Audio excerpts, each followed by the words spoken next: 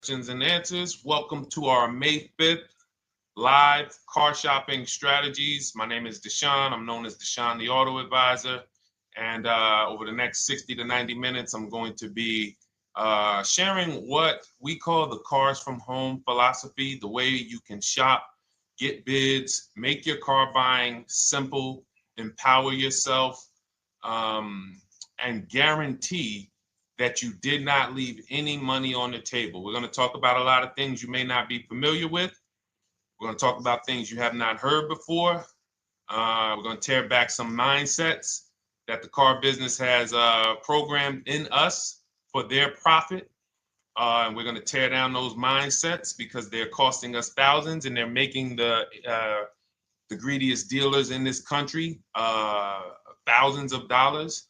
And we're going to get rid of that. So this show is sponsored by my new digital book. It's called Cars from Home, 7 Steps to Saving Time, Money, and Avoiding Dealerships. So I wrote that book to give you everything I know, everything I learned at Mercedes-Benz, at General Motors, running my own brokerage, and the hundreds of people, thousands now, that we've helped since 2021 to empower themselves in their car purchases. So part of my welcome offer to you is it's normally $97. You can get it for $24. That's my welcome offer for 30 minutes, anytime during the broadcast. As we go, you can get yours in my TikTok bio, in my Instagram bio, the YouTube comments, and the Facebook comments. It's a 75% off discount as part of my welcome offer for those of you who take action.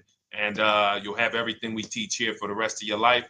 And you'll be able to move the same way you're going to hear me move and the way a lot of people I'm going to show you guys are moving. So no questions off limits. Feel free to start typing your questions. We are live on Instagram, TikTok.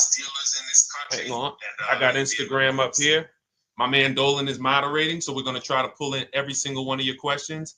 Again, this is our May 5th live. We are live. It is Monday, so let's get to the questions. Okay, we got some coming in already on TikTok, Dolan. I see it is what it is. I'm just going to pull that one. I need to do one on shady mechanic shops. You should. If that's your area of expertise, the public needs to know from someone who's an insider what is going on in mechanic shops. I'm sure they get a lot of value. If you guys want, it is what it is to launch a channel teaching people how to avoid shady mechanic sites, type ones in the chat so he can know that he should go ahead and do that. Or she. I can't see if you're a man or woman. But let's get some questions going. Yasoy Tommy, I see you on TikTok. Interested in leasing, but I know I will go over the mileage. I drive a lot. Well, here's what you do. Give you an example. I'm leasing right now. I've never needed more than a 15,000 mile per year lease. So all of my leases have been 12,000 miles. I've never needed more than a 15,000 mile per year lease. Now, sometimes, that was because my family worked a little further from where we lived. We got a 15,000 mile per year lease, but most of the time I'm getting 12 because that's what I need. That's what I use. Now I'm paying $499 a month for this $55,000 Infinity truck. I got a 1% lease on it. I got my bids, the way we teach at Cars from Home. We're big on multiple offers. That's the only way you're going to save the big money and guarantee you got all the money is to get multiple bids. We teach you how to do that. You can do it by phone too. If you want to try to do it by phone, God bless you. We do it through email. We do it through emails and templates, and that's what we do. But I'm paying $499 a month for 12,000 miles. Now, let's just say I needed 15,000 miles. I would have bumped that lease up, and instead of $499, I'd be paying probably $30 more. So call it $530. Now, let's say I'm a high mileage driver at 20,000 miles. That instead of $530, I would probably be paying $620. And there I got my 20,000 miles per year. So the key is, and this is what you'll hear, people will blame the leases for not understanding that they choose the mileage. The mileage is not selected for you unless you go into a dealer and say, hey, work me up a lease. And then they're going to choose the mileage, probably give you 10,000 miles per year, and then try to close you on that. But that's not the way we shop. We're going to shop and we're going to adjust our miles based on what we need. So if I needed 20,000 miles per year, I would probably be paying $620 instead of $499. If I needed 25,000 miles per year, I would probably be paying $680. So I'm just paying, we get what we need and we enjoy our leases. because when we buy these cars and we drive ridiculous miles, we depreciate our cars, we destroy the value, and then we still have a loan on it in a lot of cases for a vehicle that we have destroyed the value in because we put 60,000 miles on it in 3 years. So our loan is moving very slow, but our vehicle's value is dropping through the ground very fast, which is typically how we end up with $15,000, $20,000, $25,000 in negative equity. I used to see it all the time in dealerships, especially when I was in when Uber took off. When Uber took off, year later, 2 years later, 3 years later, we had tons of people coming in with Hondas, coming in with various cars that had 200,000 miles on them, but they still had 3 and 4 year loans left. And, that's just a recipe for disaster. That's a recipe for disaster. So you should not be leasing, though, if you keep your cars 8 years. Some of you familiar with the 8-year rule, you understand. Everyone should not be leasing. I want to make that clear. Some people say, Deshone, you believe everyone should be leasing? No, I don't. If you are not keeping your cars 8 years, then you should be shopping for below market leases. Don't forget those 2 words, below market leases. Because if you're paying what everyone else is paying for their leases, it's not going to make sense. Some of these strategies are not going to make sense. You need to be getting below market leases. And the way we do that is to comparison shop, get multiple offers from dealers, have them compete for our business, and then we get these leases that no one else can get. Great question. So what if I go over 20,000 miles? What do you recommend doing? You choose your mileage wisely. In my book, I have a section called Choosing Your Mileage Wisely. The whole key with leasing is to scope out the mileage you're going to use, and that's what you shop for. If you know you're going to do 25,000 miles that year, you would do 25,000 miles on your lease. But you don't shop this way. We always shop with 12. A problem with leasing is once again, you go into the dealership, you say, work me up a lease. They're going to work you up what they want. They're going to say, hey, put 5,000 down. Who's had that happen? You go and you look for a lease and they tell you how much money you need to put down. Type me if you've had that happen. And again, welcome to everybody. This is our May 5th live. It's Monday, May 5th. Whether you're watching this today or you're watching this later today, because we will be rerunning this for those who couldn't make the show. Tell your friend they can catch it on our channels. But this is our live show. We're live every single Monday through Thursday at 12 noon. So you'll see people who will go and get blessed transition. You've had this happen. This is what you go in. They work you up a lease. Here, you need 3,000 down. Yeah, you need 3,000 plus your taxes and fees. What do you want to do? So that's them customizing our leases. We never want to do this. We want to customize our lease and run it like this, a template. All your leases you get with, ready? 12,000 miles per year. First month's payment only due at signing. That's it. 12,000 miles per year. First month's payment only due at signing. That is how you shop all of your lease offers, because this allows you to now use the 1% rule, which I didn't create. A lot of lease savvy people know about the 1% rule, where your MSRP, I'm going to just show an example of an MSRP, the price on the window sticker. Every lease is going to be brand new, guys, or either close to it. The price on the window sticker is the price we go by, the MSRP, and we're going to divide our monthly payment into the MSRP. And once we get that, the number, that's going to tell us if we got a 1% lease, if we got a 1.5% lease, if we got a 1.8% lease. And what we did was I created the 1.5% rule to know we were overpaying for leases. You don't have value when you lease something over 1.5%. But let's keep it to the point. The point is you're shopping all your leases, first month's payment due at signing, 12,000 miles per year, and then you're using the 1% to 1.5% rule to gauge the value. Once you find your best offer, that's when you go and you say, can you please adjust the mileage down to 10,000 because that's all I need, or up to 15,000 or 18,000. You shop your offers with 12. You find your best offer concerning what value is, 1%, 1.2%, 1.4%. You lock that up, and then you tell them, show me what the payment will be with 20,000 miles per year or 15,000 miles per year. That's going to keep you from walking into these 80% dealers which are never going to give you a below market deal, when they drop their prices, they're never going to drop low enough to beat their competition. That's why their name of the game is them keeping you from checking their competition.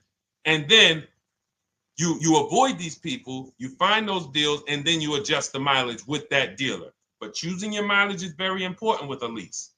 And that's why you should take 5 minutes, 10 minutes, tally up your lifestyle over the next 3 years, and you choose your mileage that you need.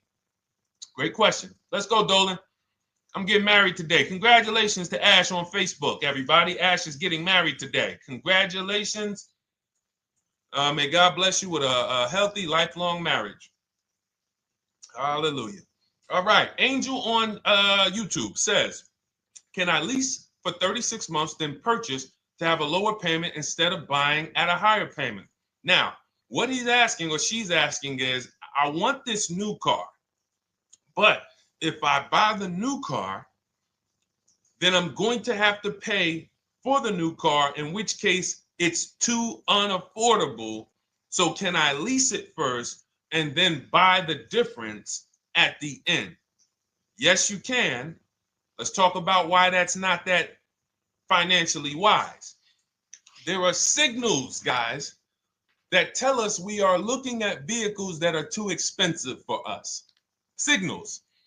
Would anyone on here take a 50-year mortgage? Anybody? Anybody? We got some smart people on here. Anybody volunteering for the 50-year mortgage, ladies and gentlemen? Anybody? Come on, somebody.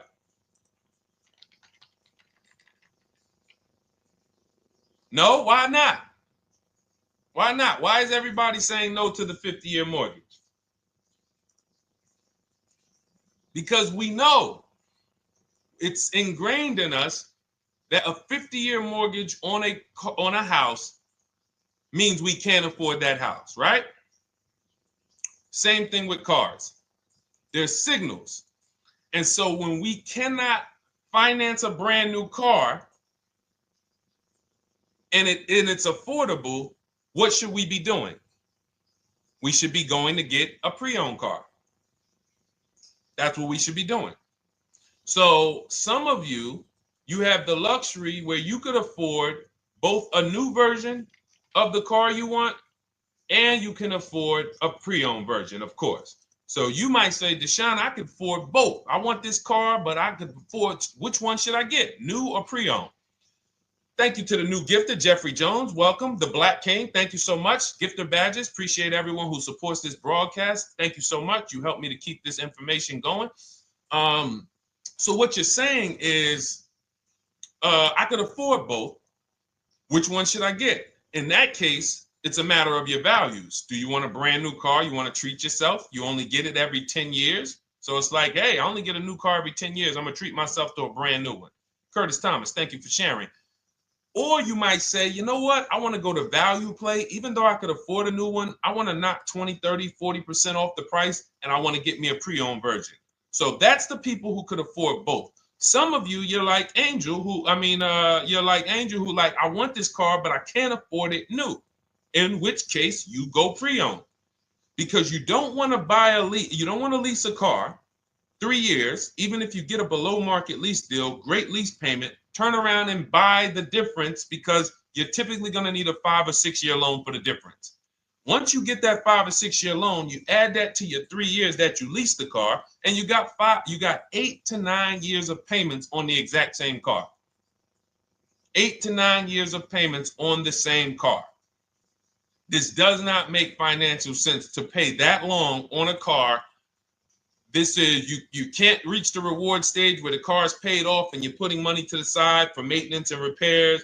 You know, you got a paid off car, because the goal with purchasing is to get to that long-term ownership where the car is paid off. I don't owe anything on it. You know, I got a couple $100 I put to the side for maintenance and upkeep, but that's all. That car is paid off. I can keep that thing for 15 years. I can pass it down to my son, my daughter. We got an extra car in the family. That is the value of purchasing. So if you have a payment for 8 years on a car, you don't get to that stage. So that's why before I would ever recommend someone lease and then purchase the balance, I would recommend someone purchase a quality pre-owned car and get it at a below market price. Okay, does that make sense? Okay, everything that we're talking about, guys, is in my new digital book. It's called Cars from Home, 7 Steps to Saving Time, Money, and Avoiding Dealerships. Has everything we teach, because the name of the game is learning how to structure your deals. When should I lease? When should I purchase? And then once you have your structure, getting bids on everything to make sure you don't leave any money on the table. When you get bids on everything, you're never going to lose any money on your trade-in, because you didn't just get one offer on your trade-in, you got bids. You're never going to overpay for your interest rate, because you didn't get one offer on your loan, you got bids. You're never going to overpay for the new car or the used car you're buying, because you didn't get one offer on it, you got bids.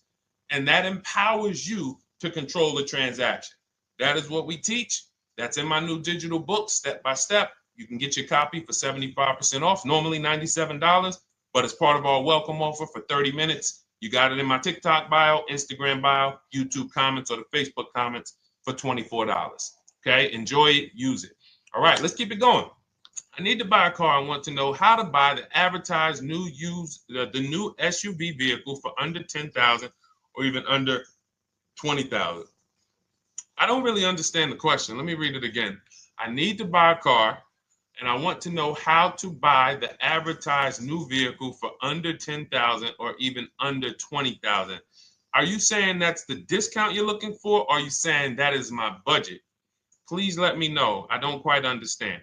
Go ahead to the next one, Dolan.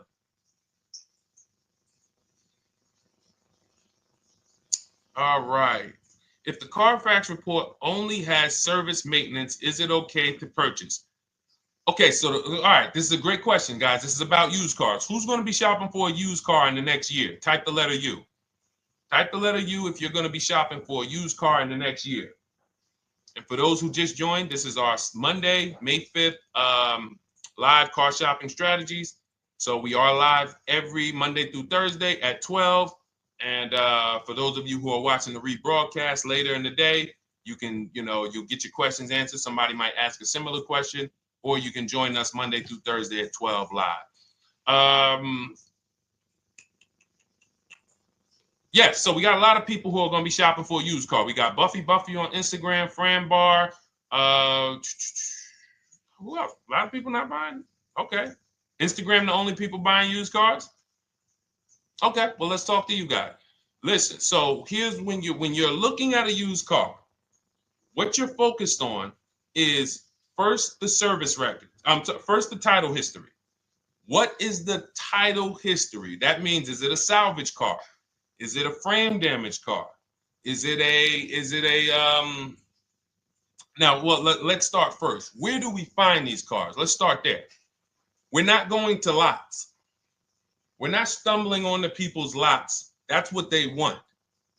We do not want to go through our neighborhoods looking for used cars. Anybody who does not have a used car on a website, they're trying to take advantage of you, because that is unadvertised, that they don't want to be where the competition is. That is not the way we're going to move. And for years, it was like that. You drive past a dealership on the weekend, you see hey, oh, look, they got this nice yellow car, a nice big red car outside, and you just pull right in. That's 2005 stuff. Now, every used car, we need to be able to compare it to the whole market, which means we need to see it on a website, on a marketplace. So we're opening up, this is called my multiple marketplace strategy. We are opening up, and some of you are going to need a pen if you're going to really, or unless you're going to watch the rebroadcast, because I'm running stuff past you that, you're trying to buy a $30,000, $50,000, $100,000 car. We're not talking about how you're going to get a couple things from Amazon and, set up a little home studio for $2,000. We're talking about the second most expensive purchase most of you are going to make. So it's understand that you're going to need to focus in order to get the most out of what we're talking about. So we're going to go to the marketplaces. The marketplaces are Carvana. They sell their own inventory. CarMax, they sell their own used car inventory. Driveway, they sell their own used car inventory. We're going to go to now dealerships. AutoNation, they sell other people's, they sell their own. They buy and they relist it on their website. But then you have Car Gurus, you have Carfax, you have Kelly's Blue Book, no, not Kelly's Blue Book. You have Auto Trader, Car Gurus. So we're going to all these marketplaces, we open them right up in one tab. So now what we're doing is we're putting in our criteria, and what we want to do, we want to go 100 miles out.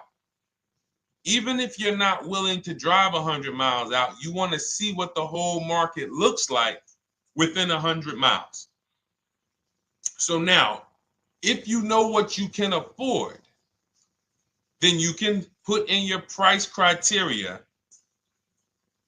I have a tool that I created. It's called the Perfect Budget Calculator. Some people who have my book, you've used it, where you put in your down payment preferred, you put in your interest rate, you put in any equity from your old car, and it tells you, because what you tend to miss is the fees. That's what you tend to miss. So if you're not using this calculator that we created, you want to add another $2,000 or so, because you got to factor in the fees in that budget. Some of you go out and say, man, I think I could afford $30,000. Then when you find your car, they bump you up to $33,000 because you didn't factor in the taxes and fees. So this calculator does it for you in my book, and everything we use the Perfect Budget Calculator. But if you're not using it, just estimate another, a little higher. Now you put all of that into the marketplaces. Now you're looking for what the inventory is. Now, here's the reason why you must open up all these marketplaces. First reason, they have different cars on them. Carvana and CarMax has different cars than Car Gurus, Cars.com, Auto Trader. There's different cars on them. Another reason we need to open it up is because sometimes you'll see one car here on Car Gurus for $31,000, and then you'll see that on Auto Trader they marked it down $2,000. It's $29,000. And you're like, wait, why the heck is it lower? This is the same car. Well, it could be because this marketplace got the notification first to lower the price, and maybe this one takes a little longer to see that, oh, maybe that takes 24 hours before their updates take effect. So that's why you want to open up all these marketplaces. Now you're narrowing this down first based on your color choices, what options you want, your models, and now we're starting to narrow this thing down. So we're narrowing it down. Now we start to look at the history of these cars. This is the best way to start narrowing down your used car search. Let's now dive into the history. I need the Carfax. Now, some of these websites will give you a free Carfax. Some of them will try to make you buy a Carfax. Now, I'm going to give you one of the secret strategies that we've been using for years in my book, and I'll tell you it right now. It is how we get free Carfaxes, because when we get to most vehicles, you guys, for those of you who are just meeting me, I worked in Mercedes-Benz for 5 years and General Motors for 5 years, and I ran my own brokerage. I started it in 2016, and I ran that while I worked at the car dealership. So I have a lot of experience and have seen a lot, and that's why I'm able to teach these things. I also love numbers. But one of the things that I know is almost every dealership has a contract with Carfax. So every dealership, we pay Carfax already. So what we're able to do is when we list our inventory on our websites, we're able to list the Carfax with it. We're able to provide that free of charge. But when we pay Auto Trader or Cars.com or Car Gurus, we are not able to actually push our Carfax to that marketplace. But if you come to our website and you find the vehicle on our website, most times you will find the Carfax for free. That is what we have been doing for years.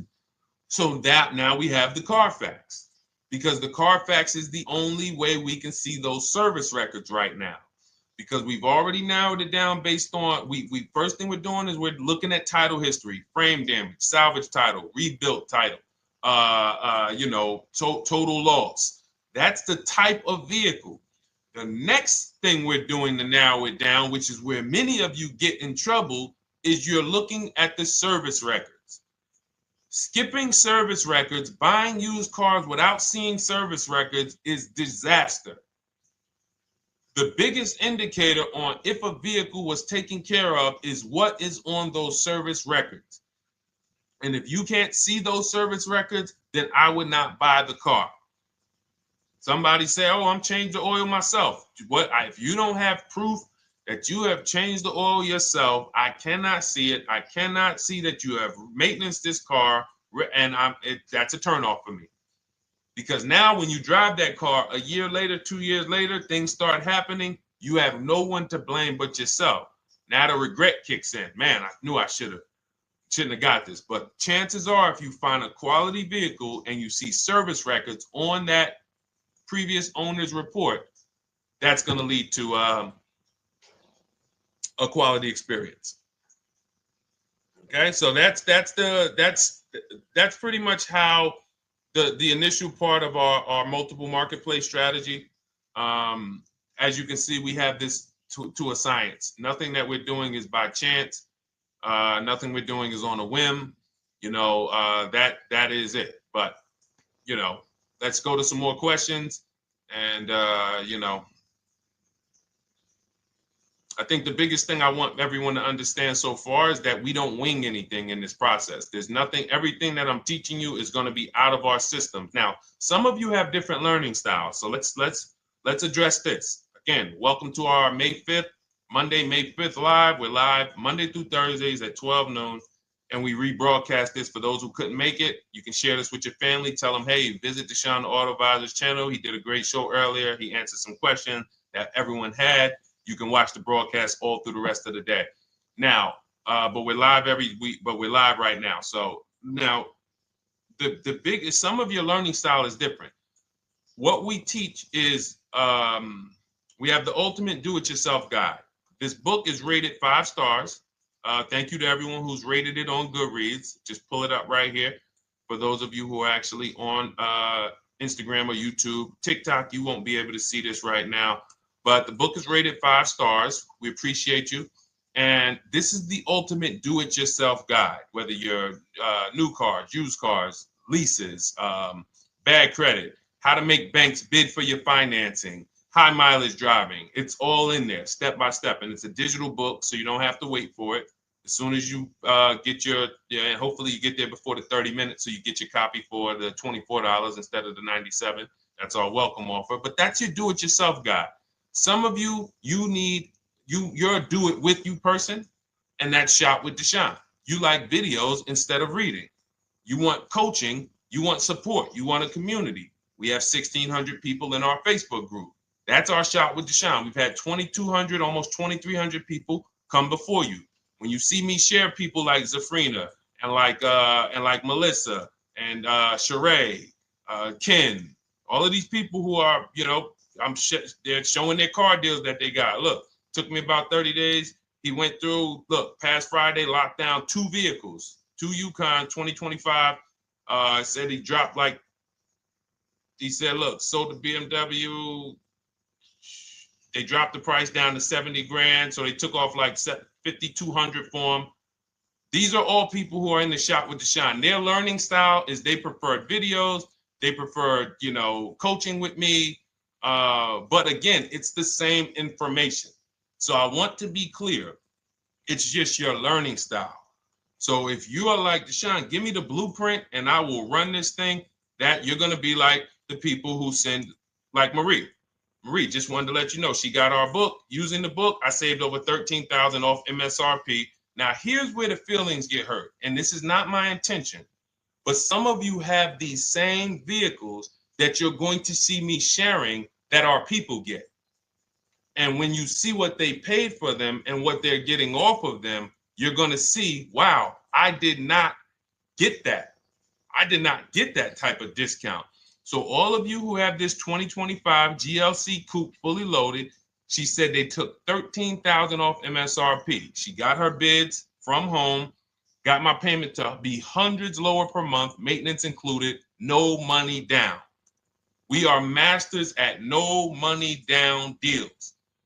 You should not be putting money into these cars unless you intend to keep them for 10 years and you got a great price already. You got a huge discount already. You should not be putting money into these cars. I have never done more than $1,500 out of my pocket for any lease.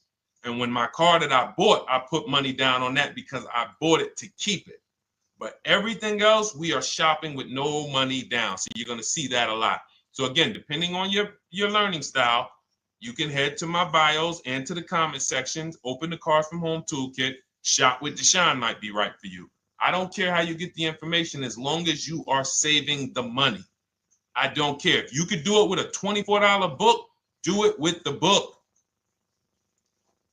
I would rather you say, man, this guy Deshone helped me. I bought his book. I got it on the sale because he did the welcome offer for $24. And man, I done got 4, 5, 6 cars using this thing. And all I paid was $24. Congratulations. I will celebrate that. I wish that for everyone, but that's not everyone's learning style.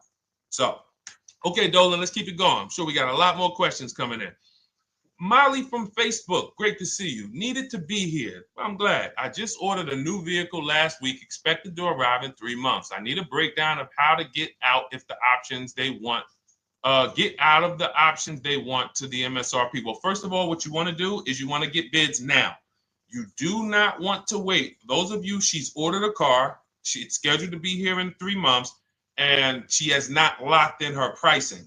Now, the reason when we order a car, we are always getting our bids first because the closer your car comes to arrival, the less leverage you have. They know once that car comes in there, she's been waiting for 3 months. She is not going to want to walk away from this car. She is not going to want to do this all over again.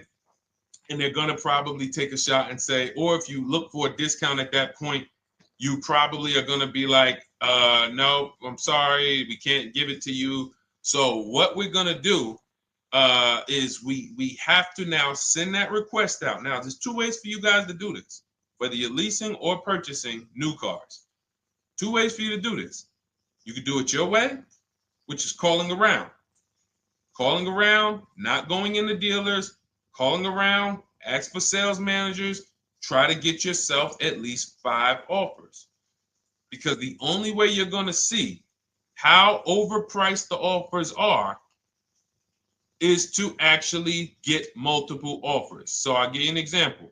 I'm showing you guys on the screen what a market report looks like.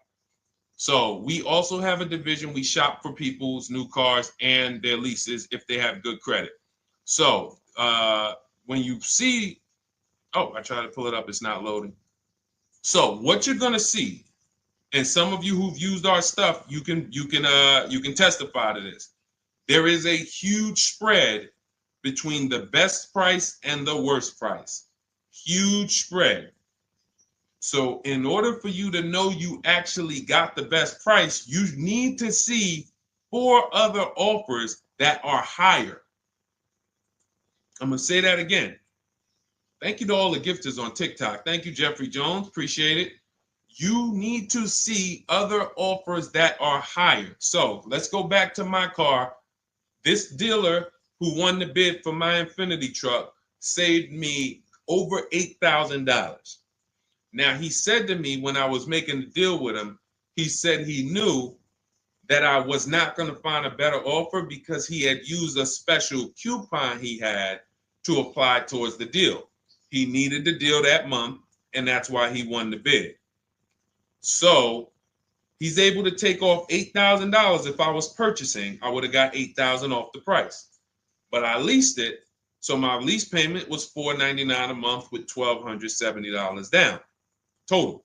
And $1,270, $499 of that was my first payment. So every other offer that I got, $560, $605, $640, $700, $750. That's how you know you did it right. If you don't have a bunch of the 80%, we call them. This is the 80%. Some of you have heard me say we don't negotiate with dealers with fake fees. It's a losing battle because even when they take off all the fees, they're still super high. I'm going back and forth by email. So if you're using what we teach, you're taking minutes out of your day. You're going back and forth with email. We close deals in 60 to 90 minutes. I'm not inviting anyone to car college. 60 to 90 minutes of emails back and forth. Next thing you know, we're closing a deal. But you're going to see, even after back and forth and telling the dealers through email, you can do it by phone. Hey, I'm shopping other dealers. Please make me your best offer. I have all the templates written. So when you're using our stuff, you don't even have to wonder what you're going to say. You just copy and paste our template. But even after that, you're going to see, wait, these people are still giving me super high prices, even though I told them I'm shopping, even though I told them I'm serious, I could buy the car right now, even though I gave them every single thing I need to give them to get an offer, they're still $150 a month higher than my best offer. That's going to prove to you that they are the 80%. They are not coming down. When they say this is our best deal to their customers walking inside, they're not lying. It is their best deal. It is not the best deal. It is their best deal. Their competition's best deal will blow their best deal away. And the only way you do that is by getting bids. So that's what you need to do, Molly. Take exactly what you're looking for. If you want to call around, call some sales managers and say, hey, listen, this is what I'm looking for. I put in an order, but I'm not dead set on the price yet. Haven't really gotten, I want someone to lock in a price for me. And hopefully you're purchasing, because if you're leasing, it's tough, because once that lease comes in, you do not know what the lease program is going to be. So if the lease program is bad, then you could find yourself jammed up. Now, here's what we try to do to prevent that. It's not always possible. Here's what we try to do. Once you have found the best dealer who's won the bid, now what you're going to do is say, based on this price that you're selling me the car for, can you give me a lease estimate now? So let's say I'm ordering this Infiniti. I shop around, I find a dealer who says, all right, Deshone, I'll place the order. I'll take $6,000 off list price for you if you do the business with me. Perfect. Can you give me a lease quote based on that now? I know this is not the vehicle. My vehicle's coming, but can I get some type of an estimate of what it would be? And then I look at that, and if it's affordable, now I place my order. But I'm not placing an order for a lease blind, not knowing what my payment's going to be when that car gets here. Okay? Does that make sense?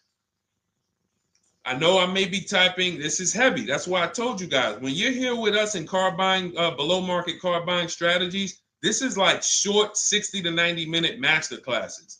This is not lives where I'm showing you how to make macaroni and cheese and turkey and like, okay, yeah, you got your music playing in the background. Hey, listen, all right, what I need? Oh, hand me the Sazon. No, you could do multiple things. This is heavy finance talk for 60 to 90 minutes, and it will change your life. And I just saw my girl, Lisa. Lisa, good to see you. Lisa's been, she's been learning from us and rocking with Cars from Home. Let me see. I'm glad you clarified, even if no money down on the lease, you still really have to give them the first month's amount. Yes, I don't know what I'm going to do yet, buy or lease. No matter, I'm learning lots and sharing with my peeps. Thank you, Lisa. Thank you. Now, technically, you don't have to give them the first month's payment either. What I do is our templates all involve shopping, first month payment due at signing. But if I wanted to, so let's say, for example, on this $499 a month lease I got on the Infiniti, and I'll actually will add this because I'm glad you said that.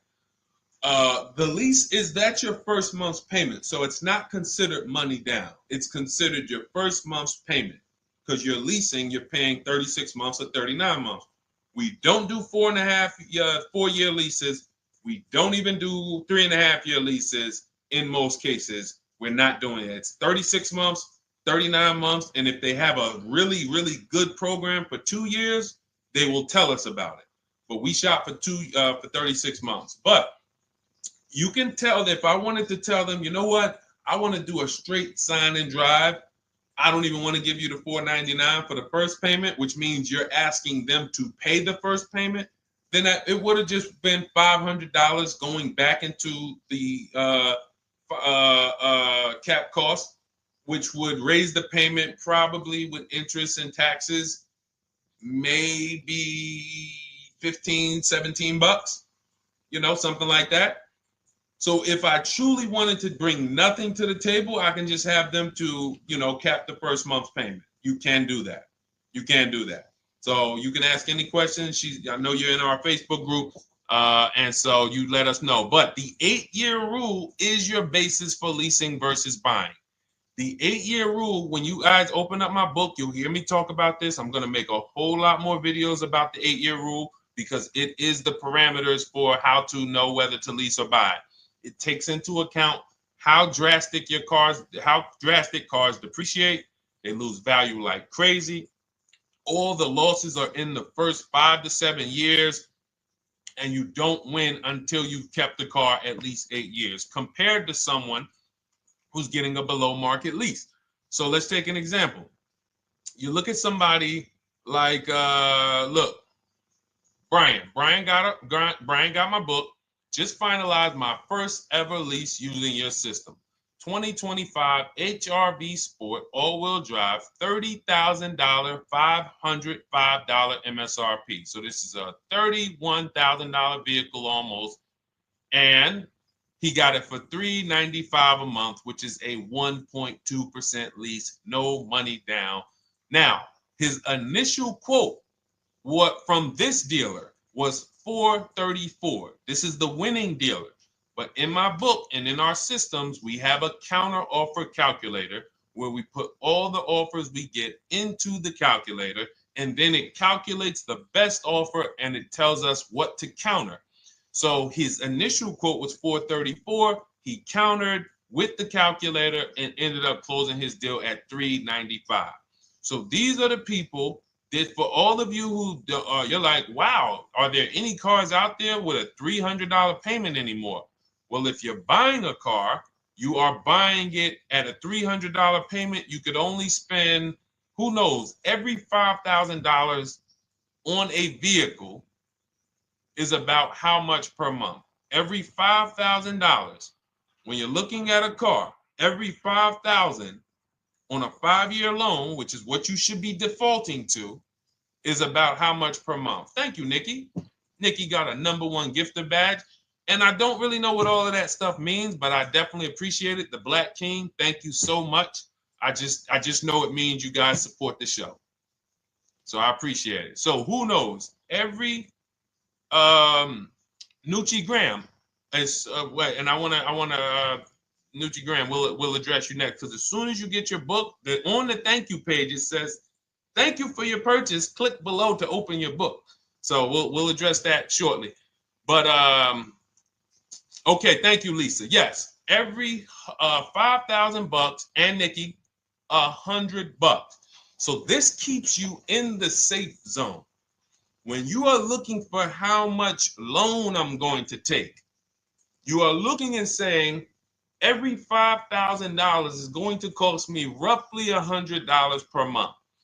So if I want to spend $400, then my loan needs to be about $20,000, which means I'm looking at this car. If I'm going to buy it for $23,000 plus fees, and I want to be at $400, I'm going to have to come up with some more money down, because I need to get my payment here. I need a $20,000 loan. I'm not going to go in looking at a $20,000 car and thinking, man, can they get me to $250 a month on this? No money down, because the math doesn't make sense.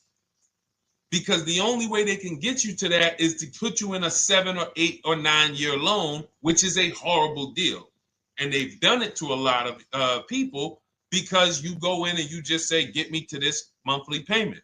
And they're like, well, you didn't say how long. You come in later, hey, man, my loan is, I remember, man, a guy called me, and this is, unfortunately, people are not trained to look at how long their loan is. Early in my career, I think I was still with General Motors, and a guy came in and he had some vehicle, And he was like, you know, D, could you look at this, man, and tell me, because I don't, you know, I'm trying to get out this thing, man. They telling me I can't get out of it now. That's a recipe. You bury yourself when you make these types of moves.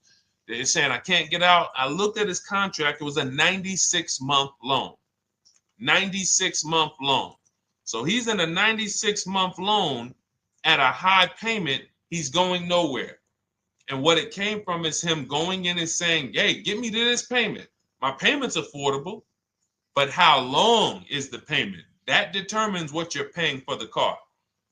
So when we say, yo, are there $300 payments out there? I'm showing you. Leasing, there's cars you can drive 30,000 miles, $30,000 cars, beautiful vehicles, payments in the threes when you're shopping and getting bids, and you're finding vehicles with great lease deals. At the same time, on a pre-owned car, that's only going to get you under 20 grand, between 15 and 20 grand. So it's about getting the most for your money. And getting the most for your money, you must take into account the 8-year rule.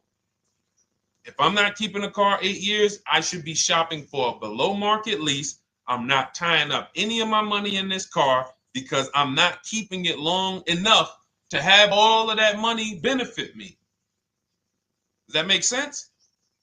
Type ones if that makes sense. Type dollar signs if that makes sense, because this is about money.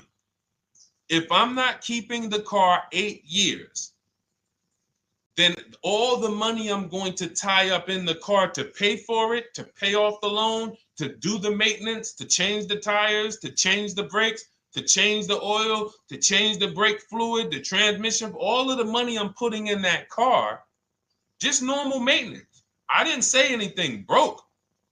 Normal maintenance over 7 years. I'm not going to keep the car long enough to have that make sense. Whereas had I leased, I'm just below market leases.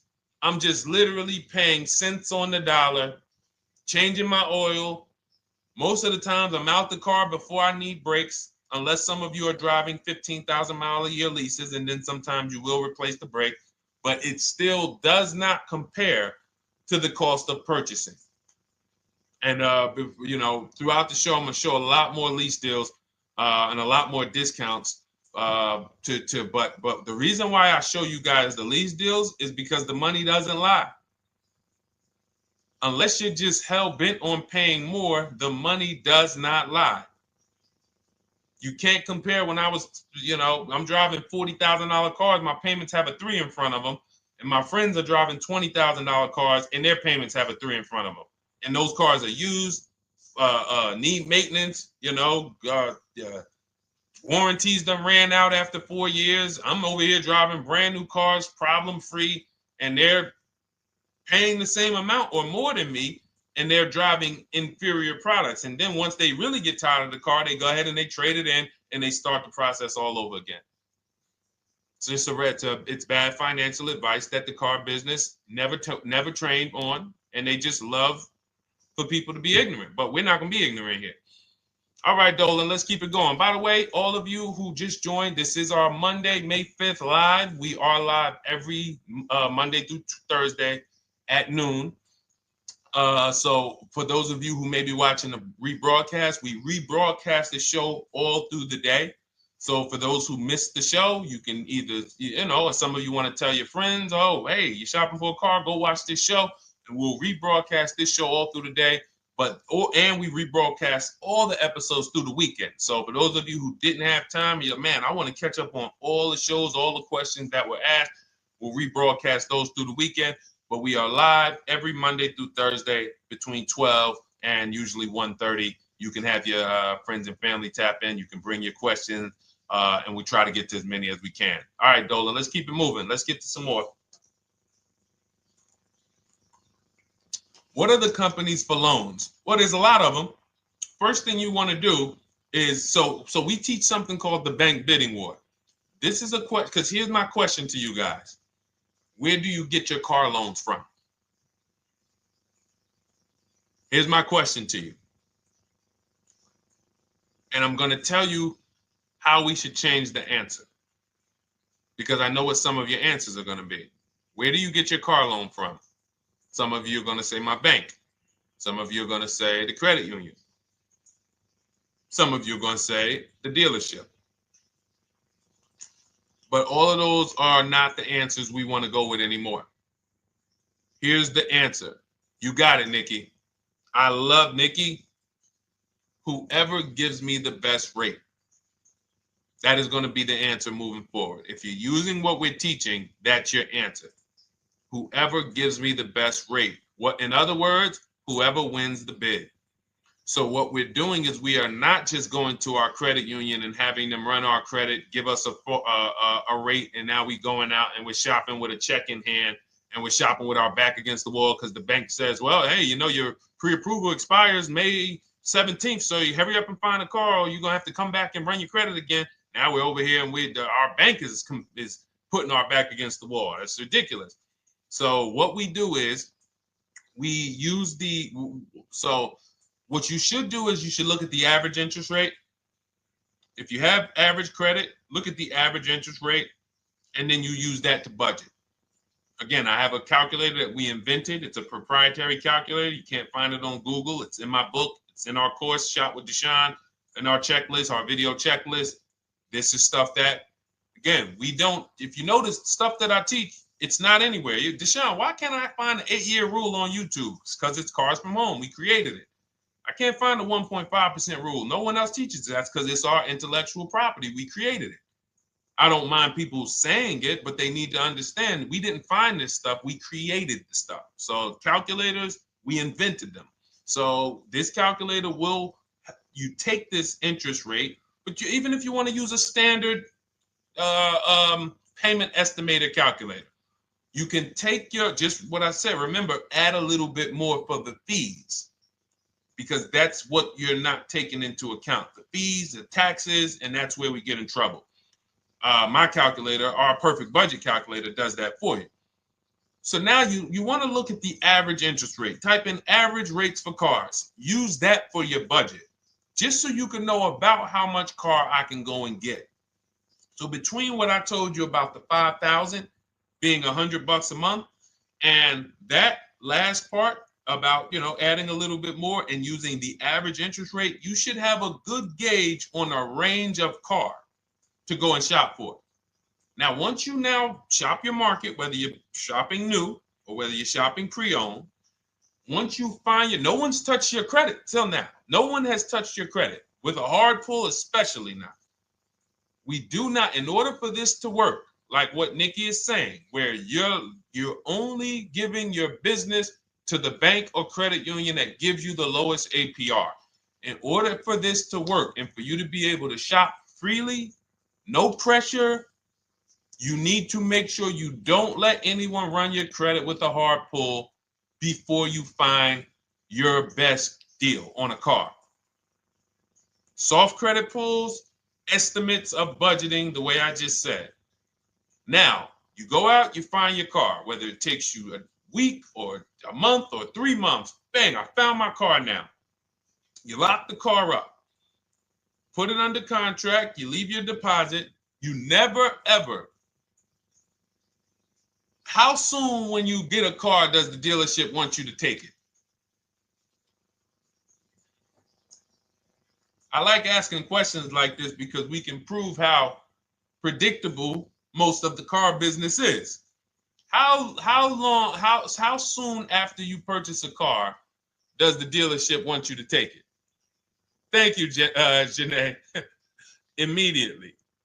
Now, the reason for that is, there's various reasons. There's various reasons. Right then and there, Molly, yes. But what I want you guys to focus on is what you lose by taking it right then and there. You lose the ability to shop the interest rates. And shopping the interest rates is very important because you'll always wonder, could I have gotten a better rate? So what you do is you lock the car up, you let them know, hey, I'm going to go home, just give me my, let me get my paperwork so I know exactly how much I need to tell my bank. And here's the key, if you guys can beat what my bank or credit union gets says, then I'll give you the loan. See, some people think that I teach don't let the dealerships compete. I never teach that. What I teach is don't let the dealerships be your first offer ever. They are always your last offer, and they're competing against other offers that you got. So now you're going home, your car's waiting, you're going to see what your bank, your credit union can do, and then you go online. You can go right online. Auto loans online, auto financing online. Let all of these banks and credit unions access your credit now with the hard pull, because there is an article that Experian did, and you can find it on almost any credit bureau, wrote an article on rate shopping. They allow you to have multiple lenders compete for your business within a small period of time. They say the window is 14 to 45 days. So if the window is 14 to 45 days, how quick do y'all think I want you to do it? If the window says, because that's a big window, as long as you shop within that window, at the end, those multiple inquiries will have the same weight on your score as one inquiry, because it looks as if you were shopping and you were doing your due diligence. Thank you, Greg, Sheila, with these gifter badges. I don't know. It's like a nice. I appreciate it, Glendale. Thank you. So with these, when these banks are competing, what you're trying to do is say, everyone here on my end, we call this the bank bidding war. This is round two. Round two is you are bringing your car home. I'm sorry, you are at home. You're going online. You're calling your bank. You're calling your credit union. If you have one, you're going online. This will take you literally one day, not even. This maybe take you an hour. Because if they say that the window to shop is between 14 and 45 days, I want you to do it in 24 hours. We want all the competition in 24 hours. Because that guarantees we are way within the window. They're going to look and see, wow, this person bought a car. They had multiple lenders competing in a small period of time. They're not out here just letting people run their credit over, every week. Some new banks running their credit. So now you call the dealership afterwards. You say, hey, the best offer I got was from such and such credit union or such and such bank. If you guys can beat it, I'll give you the business. You allow the dealer to now shop you to their banks. In which case, they're going to call you and say, hey, good news, we got you a better rate. Or, hey, good news, we couldn't beat the rate, but we can match it. In which case, they save you the time, they save you the paperwork.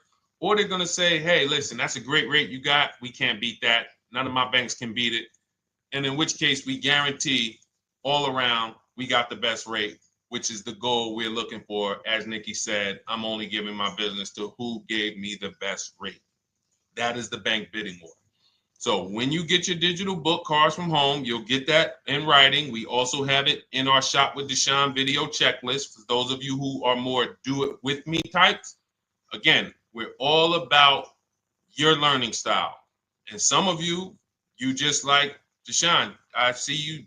Can you shop for us? What are these? I'm seeing a lot of you guys shop for people, new cars, new cars, leases only. And you have to have good credit. Your FICO scores need to be over 670, all of them. But if you don't, again, same result. We've been helping people get these results since 2021. And again, I am all about speed. These are short videos. The book is boom, action steps, action, action, action, action. I'm not trying to teach you everything about cars. I'm trying to walk you through a path, a 7-step path to get to the result you want all the time. Okay, I'm not taking you to car college. You're not going into the car business. You just need to know how to get the best deal. And that's what it's about, step by step. Okay, but for those of you who are just coming on, this whole show is sponsored by my new digital book. It's called Cars from Home, 7 Steps to Saving Time, Money, and Avoiding Dealerships. It's a digital book. Everything we teach about new cars, used cars, leases, below market financing, high mileage driving tips, bad credit tips for those of you who have your credit is not going to qualify you for everything else we're talking about. You need specific strategy. We have that specifically for people with bad credit inside my book and inside Shop with Deshone. So that's why I never believe in one size fits all car buying advice, because all of you are in different situations. So how does somebody look saying, you all should do this? We're all in a different situation. I have a trade-in. He doesn't. He has a lease that's coming due. He doesn't. Oh, he has a lease that's coming due. He has equity in it. We need to help him get that equity out. He has a lease. It has an equity, but it has a third-party restriction. We can't talk to people the same. That's why everything we do is custom and letting you know, no matter what your situation is, it's very common to us. Very, very common. So, all right, let's keep it going. We got some more time, Dolan. Pull them up. More questions. All right, yeah, I see we got a couple more coming in on TikTok. How do I get the book? Well, the book is in my TikTok bio. In my Instagram bio, there's a website there. It's Cars from Home Toolkit. And then you'll see the welcome special for $24. So the book is normally $97, but as part of our welcome special, you got 30 minutes to get yours for $24. So you won't pay the $94. You get 75% off. We also have a link for you guys on Facebook and YouTube in the comment section so you can get your copy. And if you're going to spend a couple more minutes with us, I would appreciate if you share the broadcast with one person that you care about, so that can help. We can help get this information out, and we can help change lives. If you didn't receive your ebook, well, first of all, as soon as you purchase your book, you're going to see a thank you page. It says thank you. Screenshot this page, and then it says below, click the link below to open your book. So you actually get the link to open it as soon as you make the purchase. And then I say I also emailed you a copy. So sometimes people type their email in, one letter's wrong. Obviously, we can't send a book to an incorrect email, which is why I have my support team's email right on there, so that if you don't see that book within 5 to 10 minutes, you email my support team, hey, I didn't get the book. They'll get you the book right away. So as you can see, I want you to, Dolan, can you put up, do we have anywhere with, we can put up the support team's email for this person, and just send an email to support. There you go. Thank you so much. Support at Deshone the Auto Advisor. Thank you, Dolan. Best moderator in the world. All right, so shoot them an email. Just let them know. Give them your first and last name, and they'll check the record, make sure that we have a purchase from you, and they'll send you your book right away, so you can dig right into it. Okay? All right, let's keep it. We work with clients all around the country. What I'll start doing, I wanted to bring some on here today, but I can't load them up. The system is showing an error. So I got a lot of people. I always bring tests. I always like to show results. So, you know, I'm a results person. So you'll see a lot of people that I share. Brian, who has our book, and, you know, his lease, Marie with her $13,000 off. All of these people made deals from home. They were not in a dealership negotiating this. You got, look, Frank, I bought your book, used your system, and just closed my deal and have positive results to report.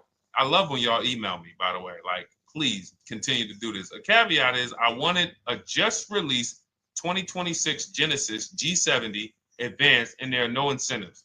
I could have gotten incentives on the 2025. However, I wanted the 2026, and I was willing to pay. So even with high demand cars, even with cars that are rare, this is the situation. I reached out to 20 dealers, and I received 9 offers for 36 months, 12,000 miles on a $58,000 MSRP. The initial offers range from $1049 to $901, with everything in between. I counter offered using the calculator that we have, and closed the deal at $815 on a $58,000 MSRP. That's a 1.4% deal. Now, mind you, that on a vehicle on a 2026 with no incentives, which means every bit of that was the dealer taking off money for him. He probably had to get at least $5-6 grand off to have that deal come in the 8s, when other dealers were quoting him 9 up to 10 and, you know, mid $1,000 range. So, you know, but so I show the book testimonials. I show my Shop with Deshone testimonials. But I want to start bringing these market reports so you guys could actually see that's our team shopping all around the country. And that allows us to stay, we're able to just stay on top of the market, like from state to state. It proves like this stuff is not, oh, if you're in New Jersey, the deals are better. Yeah, if you're in Florida, the deals are better. If it's California, we don't have deals out here. All of this stuff is not true.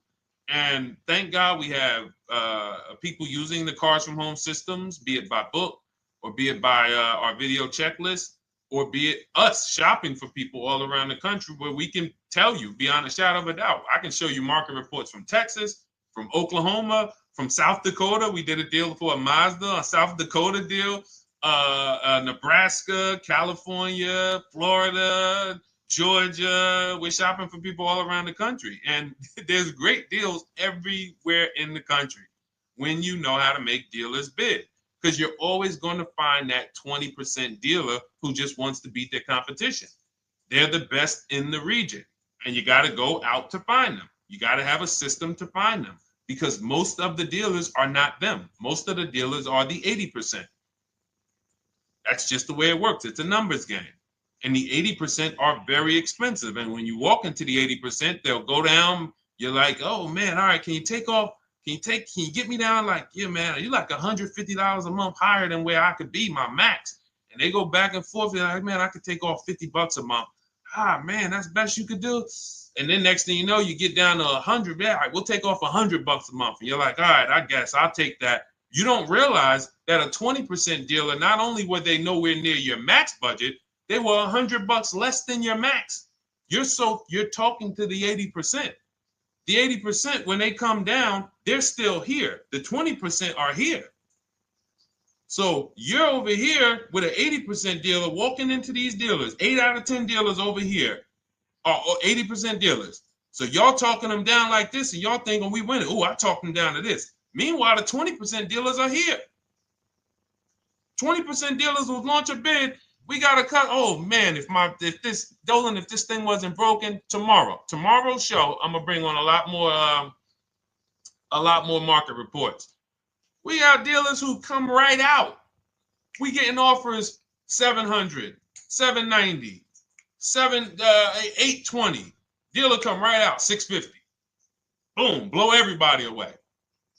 Like, oh, let's go. We got a winner. Looks like we got a winner here. That's it. And then it becomes fun.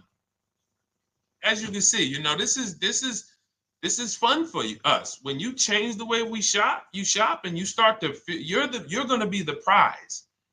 You're going to be the prize. So anyway, let's keep it moving. For those of you who have gotten your book, I look forward to you using it, empowering yourself, having these same results. For those who didn't know about the book, it is a digital book. You can get your copy for 75% off for 30 minutes in my TikTok bio, my Instagram bio, the YouTube comments, and the Facebook comment. And for those of you who've been on and you still don't quite trust us, you want to get started with maybe some free advice, go grab our cheat sheets. We have our free cheat sheets in my Cars from Home toolkit, totally free. Test us. Look at the cheat sheets, look at the strategies, look at the emails I'm going to send, guiding. Like I don't play around. So if you want to just say, test out, let me hear some free advice, start with our cheat sheets. All right. Yes, I'd actually answered that when I read that comment, Dolan, on TikTok about do we work with clients in New Jersey and New York? Well, yes. When it comes to shopping done for you, if you open the Cars from Home toolkit and you're like, Deshone, I just want to relax at home. You guys go shop the market for me.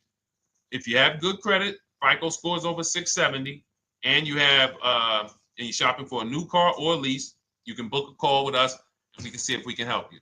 Book a 10-minute call. It's free. And we can see if we can help you. Is it best to lease a car if you're currently underwater? Ooh, if I was underwater right now, let's just say I have 15,000 negative equity. I made a bad deal during the pandemic. I'm upside down and I'm like, man, I got to get out of this car. But and first of all, I know I should be leasing because now we know the 8-year rule. The 8-year rule says if we're not buying our cars to keep them at least 8 years, we should be shopping for below market leases. We're going to pay a lot less money. Below market leases, not normal leases. Very important. So what I'm going to do is I'm going to actually right now look for an electric vehicle that I could lease because some electric vehicles right now, we're getting under 1%. We're getting 0.88% leases. We're getting 0.79% leases, because if you do your bidding, you're going to see. Now, again, if you want to call around for your multiple offers, you can do that. I'd rather you call around than to do what you've been doing. I'd rather you, with your new cars and your leases, call around before you walk. That's better than what you've been doing. But if you're like, Deshone, I don't want to talk. I don't want to wonder what I'm going to say. I just want to copy and paste. That's the Cars from Home way. Either way, you get your 5 offers, and you're going to see now, my best offer on this $40,000 electric car might be $320 a month. So I'm now driving a $40,000 car. If I didn't have my negative equity, then I would be driving it for $320. But now I got to bring this negative equity over. Now, the reason why you want to look at these electric cars for this is because if you try to bring a bunch of negative equity over, what ends up happening is you're now messing up the loan to value ratios, and the bank won't approve it. So you might go in and look at a $40,000 car, and now you bring this 15 grand of negative equity, and the bank is saying, we're not going to loan $55,000 on a $40,000 car. We're not doing that. So that's when they'll say, some of you may have heard this before, you have to put money down. They'll say, we can't get you approved unless you can put $3,000 down, $5,000 down. You have too much negative equity, and the bank is not going to approve it all. But when you get your bids on some of these electric cars, you're going to get $10,000, $15,000 off. And this is specifically what I would be looking for. I would be looking for the electric vehicle that when I get my bids, I'm saving 15 to 18 to 20 grand off. And if you guys don't think that's possible, you haven't been here for long. You know, this is Milligan. She bought her Mercedes EQE last year. She literally, MSRP of her car was $79,245. She got almost $30,000 off the vehicle. Almost $30,000 off the vehicle. $51,359 is her price. $79,000 vehicle. She got it after rebates, after discounts, after everything. $51,359. So you take a vehicle that you can get a huge amount of money off, then you bring your negative equity over. So now that payment goes from $320. Yes, it might go up to $575 or $600 even. But I know I'm in a nice car now. I'm in a brand new car, and after 3 years, I'm done with that negative equity. So that's what I would be doing. And if God forbid the car gets totaled while you're driving, you're out of the negative equity in a lease. So if I rolled that negative equity, 15 grand over to this car, now I'm driving it. Boom. All right, I got this electric car. I'm out of the negative equity. I got a good value. I'm in a $40,000 car. My payment is affordable. Now I'm driving. Oh, shoot, car gets totaled. I'm out.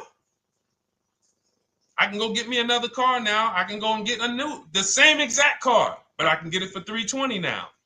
So, you know, that actually is the reason why people commit insurance fraud and total their cars or get them stolen intentionally. But no, that's just something to keep in mind. Something to keep in mind. Because most of you, when you start leasing, you're going to see that was my reason for negative equity. That was my reason I kept having negative equity, is because I wasn't leasing. And that was the reason I was paying more money for cars than I should have, because I wasn't leasing. And again, the key is getting below market leases. You walk into a dealership and say, work me up a lease, you're not going to have these payments that, you know, we're talking about here.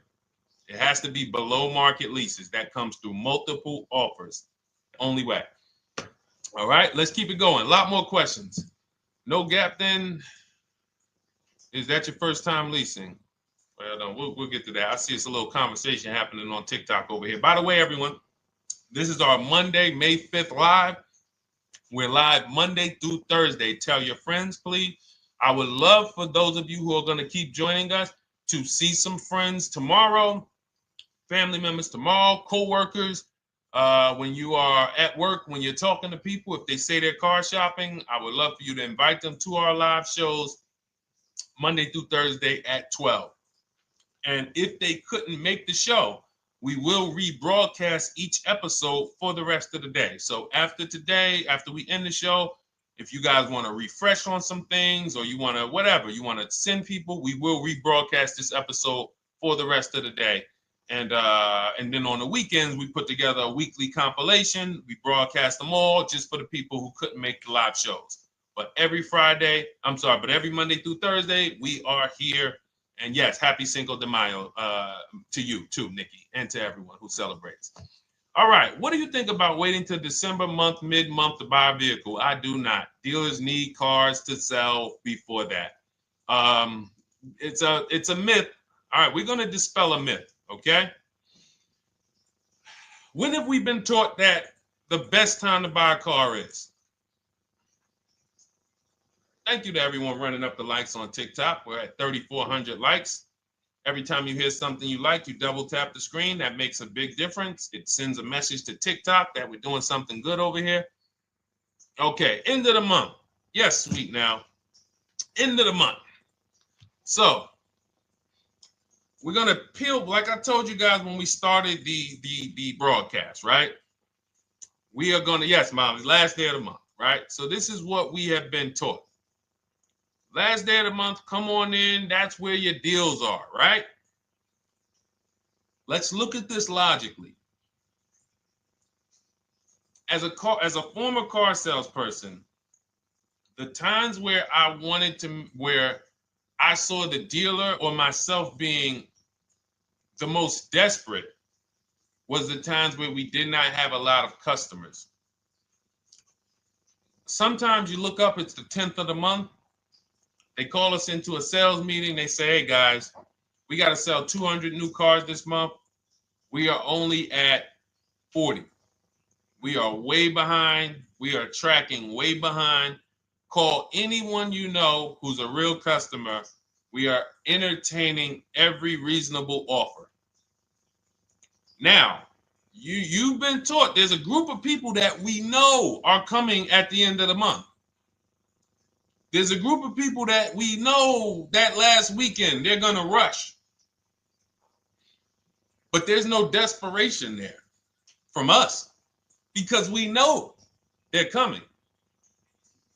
So we look and say, I'm much more desperate at various times throughout the month than I will be at the end of the month. Because think about it. Every time you go into the dealership at the end of the month, is it dead or busy? You go into the dealership most of the time at the end of the month, is it dead or busy?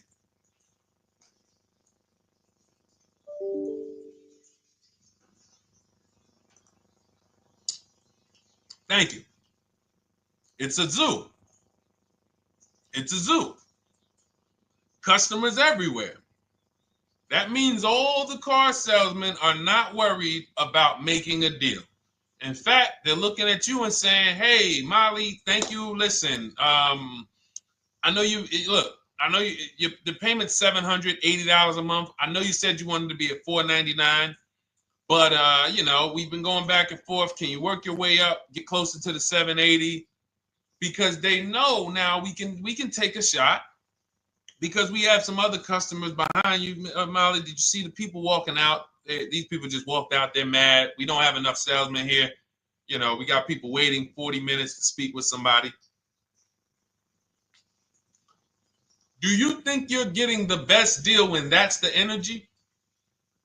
Yes or no? Let's just be honest here. See, you might forget some of the lessons that we teach if you don't have our books and if you're not in our video checklist and coaching.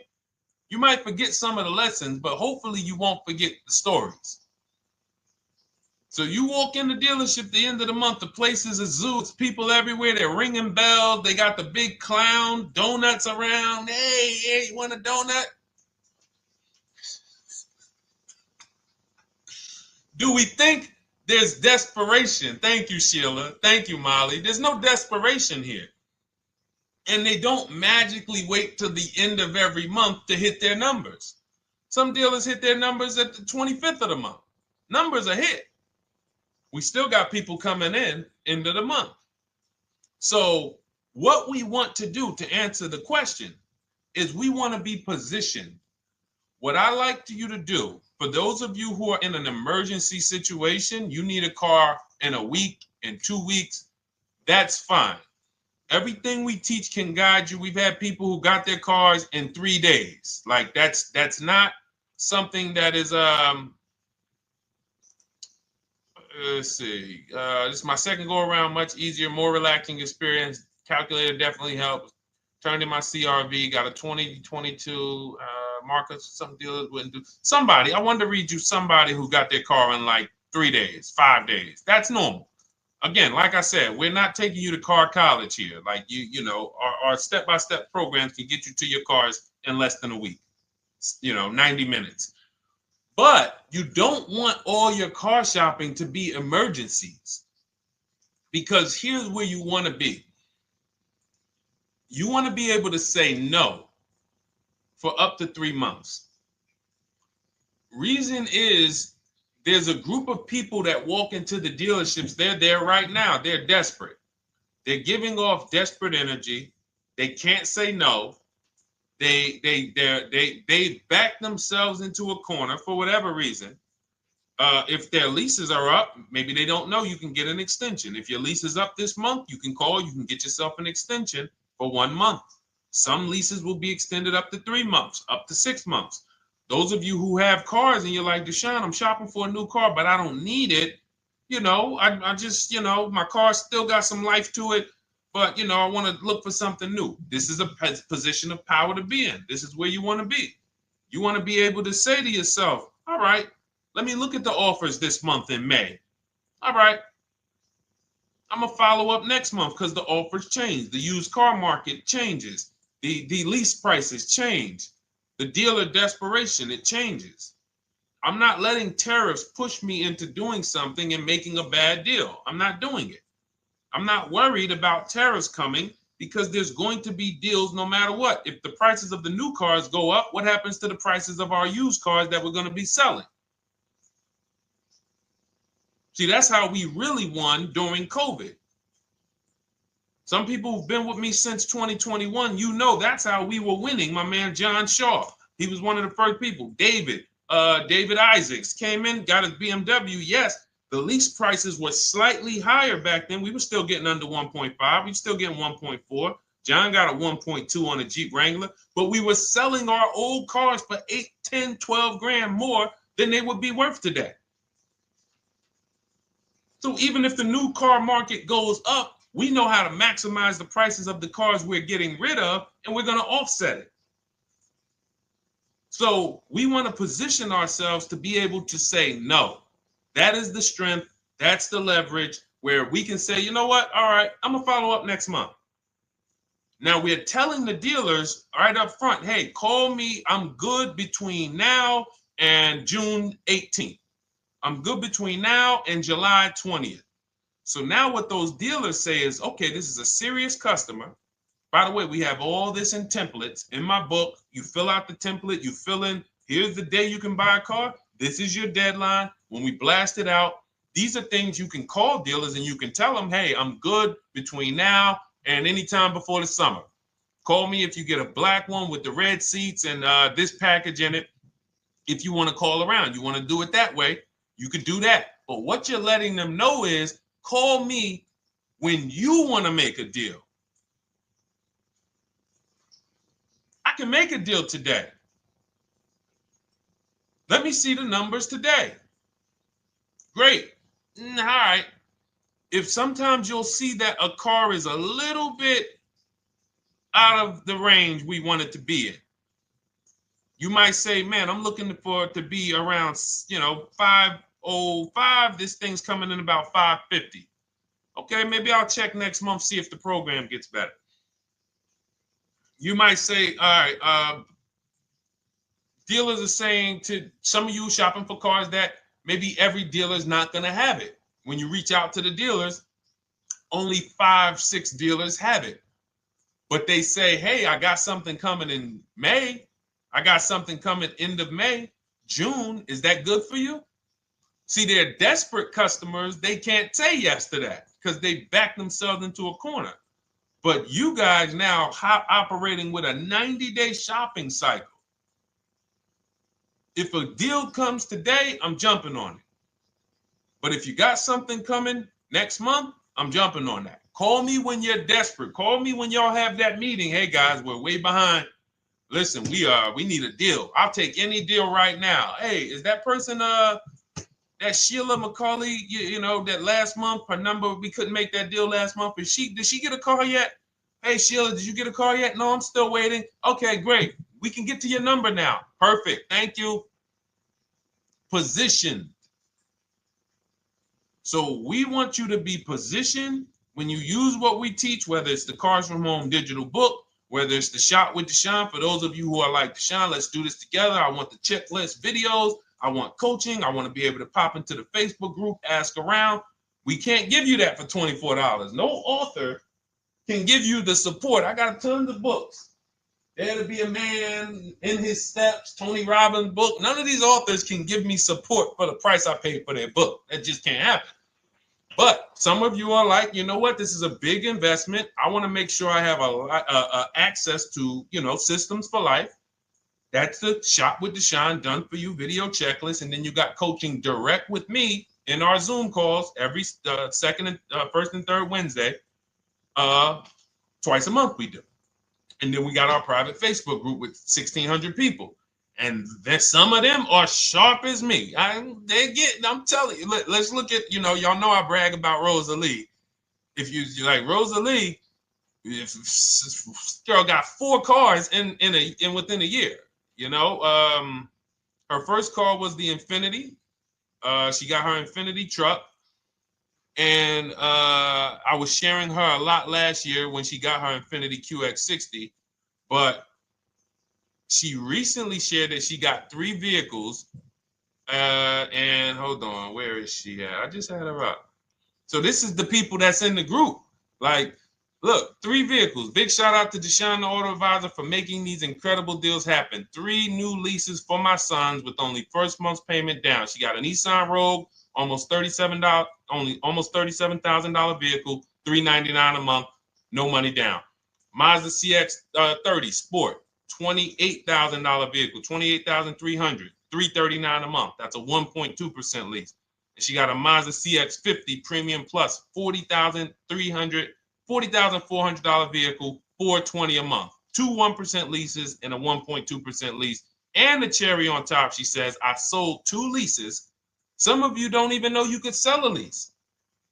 She said, I sold 2 leases. She had equity. Now, not every lease has equity.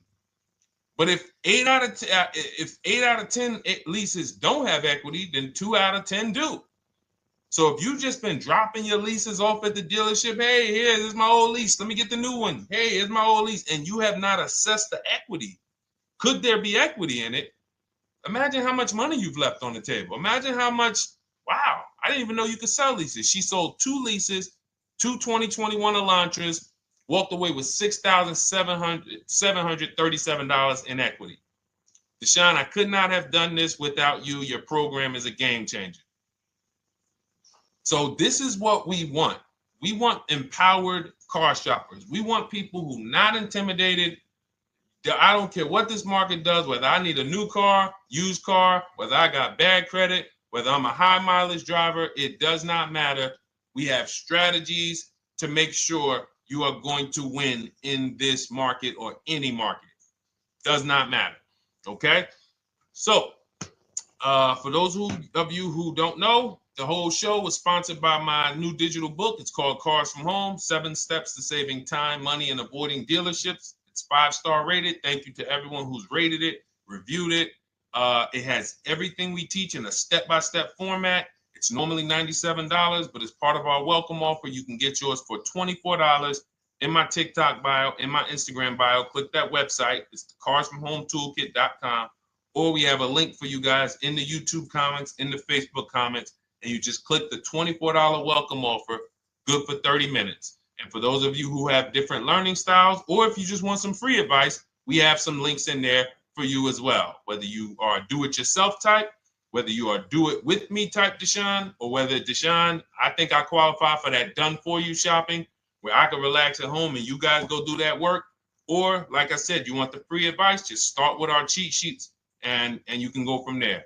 Whatever is right for you, you get it done. We just want to move you from anxiety, from, oh, I don't know what to say, from watching people online who call dealers and negotiate.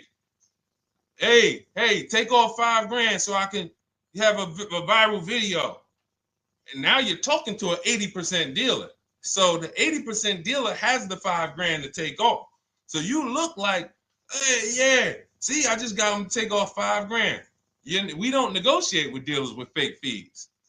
Like there's a saying, we don't negotiate with terrorists. Cars from home, we don't negotiate with dealers with fake fees. None of that stuff matters.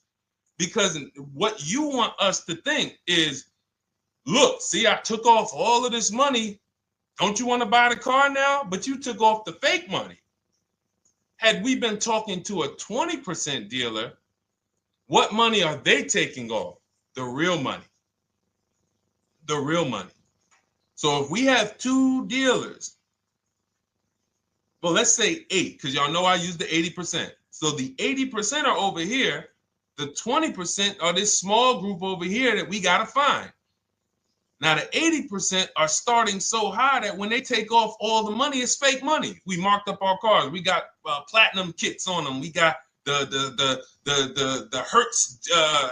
Hertz service plans on them, and the Simonized kit and the low, all of that stuff. Okay, so yeah, we done took off 5,000 for you, but 4,000 of it was fake.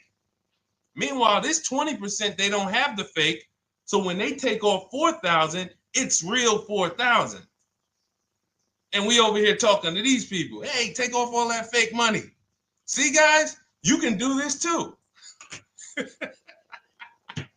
So listen, we bidding is the way to go. You cannot negotiate your way to a below market deal, but you can get bids and it will make your life easier. You'll start to enjoy your car shopping. You'll start to feel like you're empowered. You're the prize. Someone won your business. They won your loan. They won the opportunity to buy your car. You are the prize. So that's what it's about. So we are here Monday through Thursday, 12 noon. Make sure you meet us live or tell your friends and family who are shopping, hey, hop on this show. We're live on TikTok, Instagram, Facebook, and YouTube.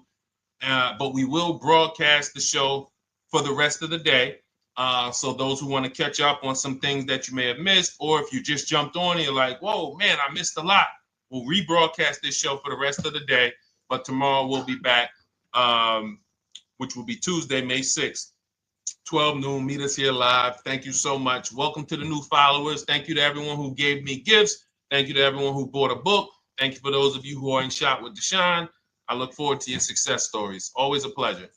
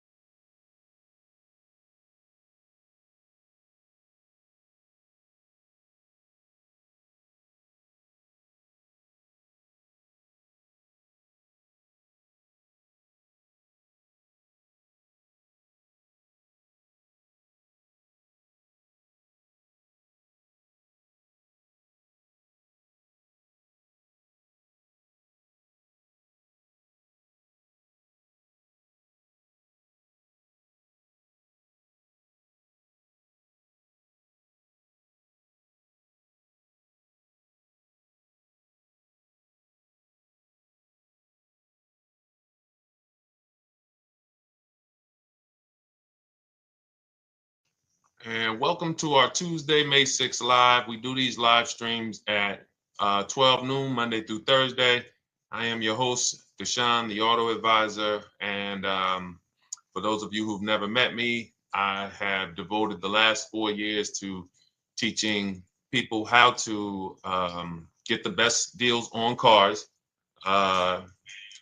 and to learn all the mistakes that the industry, the car industry, would love for you to continue making, because they make a lot of money when you make mistakes.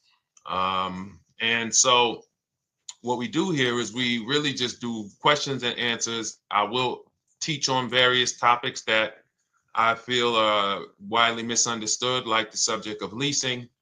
And some of you who are new here, if you've never been here before, could you type a 1 in the chat if this is your first time on a stream?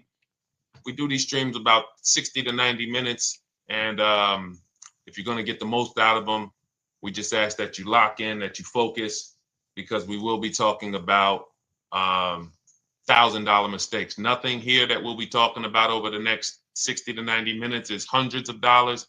You know, I'm not looking to, have you spend some time with me on a Tuesday to talk about how to save hundreds of dollars. No offense, I'm sure that's important to some people, but we are here to talk about things that are affecting your bank account by the thousands every year. And so if you got some time, I would love for you to hit the like button, like wherever you are, and let's just tap in. You can start to type your questions. This whole stream is sponsored by my new digital book. It's called Cars from Home, 7 Steps to Saving Time, Money, and Avoiding Dealerships. It's a digital book. It's 5-star rated. Thank you to everyone who's rated the book and reviewed it. And it's normally $97, but for the next 30 minutes while you're watching, you can grab your copy for 75% off. That's our welcome offer. We always like to reward people for taking action. So you can get your copy for $24 instead of $97. And you can just head to my TikTok bio. You won't leave the show, my Instagram bio, the Facebook comments, or the YouTube comments, and use that link to get your welcome offer, and you'll have everything we teach. So as we go through this for the next 60 to 90 minutes, if you're like, whoa, Deshone, this is a lot. Wow, this is a lot.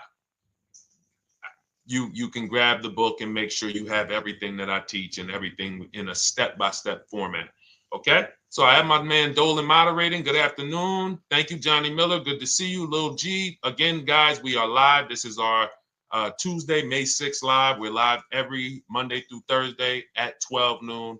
But we do rebroadcast these throughout the day. For those who cannot make them, you can watch the rebroadcast, or if you got to go back to work, we'll be rebroadcasting it for the rest of the day until our show tomorrow. All right, so let's start with the questions. You can feel free to get into it. Okay, do you have to get the extended warranty? This is a great question. This is car specific. A Honda, Acura, Toyota, in most cases, have always had low cost of maintenance and their parts are inexpensive. When you're buying an extended warranty or you're considering it, it is a risk product. It's an insurance plan. So that means you can pay for something and not use it, just like car insurance. You don't necessarily use your insurance until you have an accident. Same thing with an extended warranty. It's an insurance policy. So what you're trying to do with any insurance is see what is the likelihood that what I'm paying for this is going to exceed the price if I did need to use it. So in the case of a vehicle, when you're trying to determine what should I get an extended warranty, there's 2 things that are important. Does this vehicle that I'm purchasing have a high likelihood of things going wrong? We know, and some of you have had cars with histories, and we know there are certain cars, they tend to have things go wrong more than others. And what I like to do is go right to Google and type in repair cost, because this is the second item that we are looking at. We're looking at average repair cost. So if you're buying a 2010, a 2015 Nissan Altima, 2018, Hyundai Sonata, you go right to Google, you type in 2018 Hyundai Sonata average repair cost. Now, if you see that those typically go on the lower side, then that can take a lower set of risk where you might say, all right, likelihood of these things going wrong on this car is slim. But if you see that the repair cost is on the mid to higher side, that's shifting more risk to if something goes wrong, the cost for you to pay for it out of pocket will probably exceed the warranty. So when I work for Mercedes-Benz, who's new here? Type a 1 in the chat if this is your first time on a stream with us. First time you've ever been here, type a 1 in the chat. First time. What's up, William? What's up, DJ Ant Nice? Good to see you. Maggie, good to see you. Enrique, good to see you. Miko, good to see you. Tetra Washington, good to see you. Jan, good to see you. Claire Clairvoyant, good name. First time, if this is your first time, just type ones in the chat so I know. I don't want to assume anyone knows who the heck I am and what my experience is. Daniel Thompson on Facebook, great to see you. So I worked for Mercedes-Benz for 5 years, General Motors for 5 years, and I ran my own brokerage, my new car brokerage, called Cars from Home. I started it in 2016.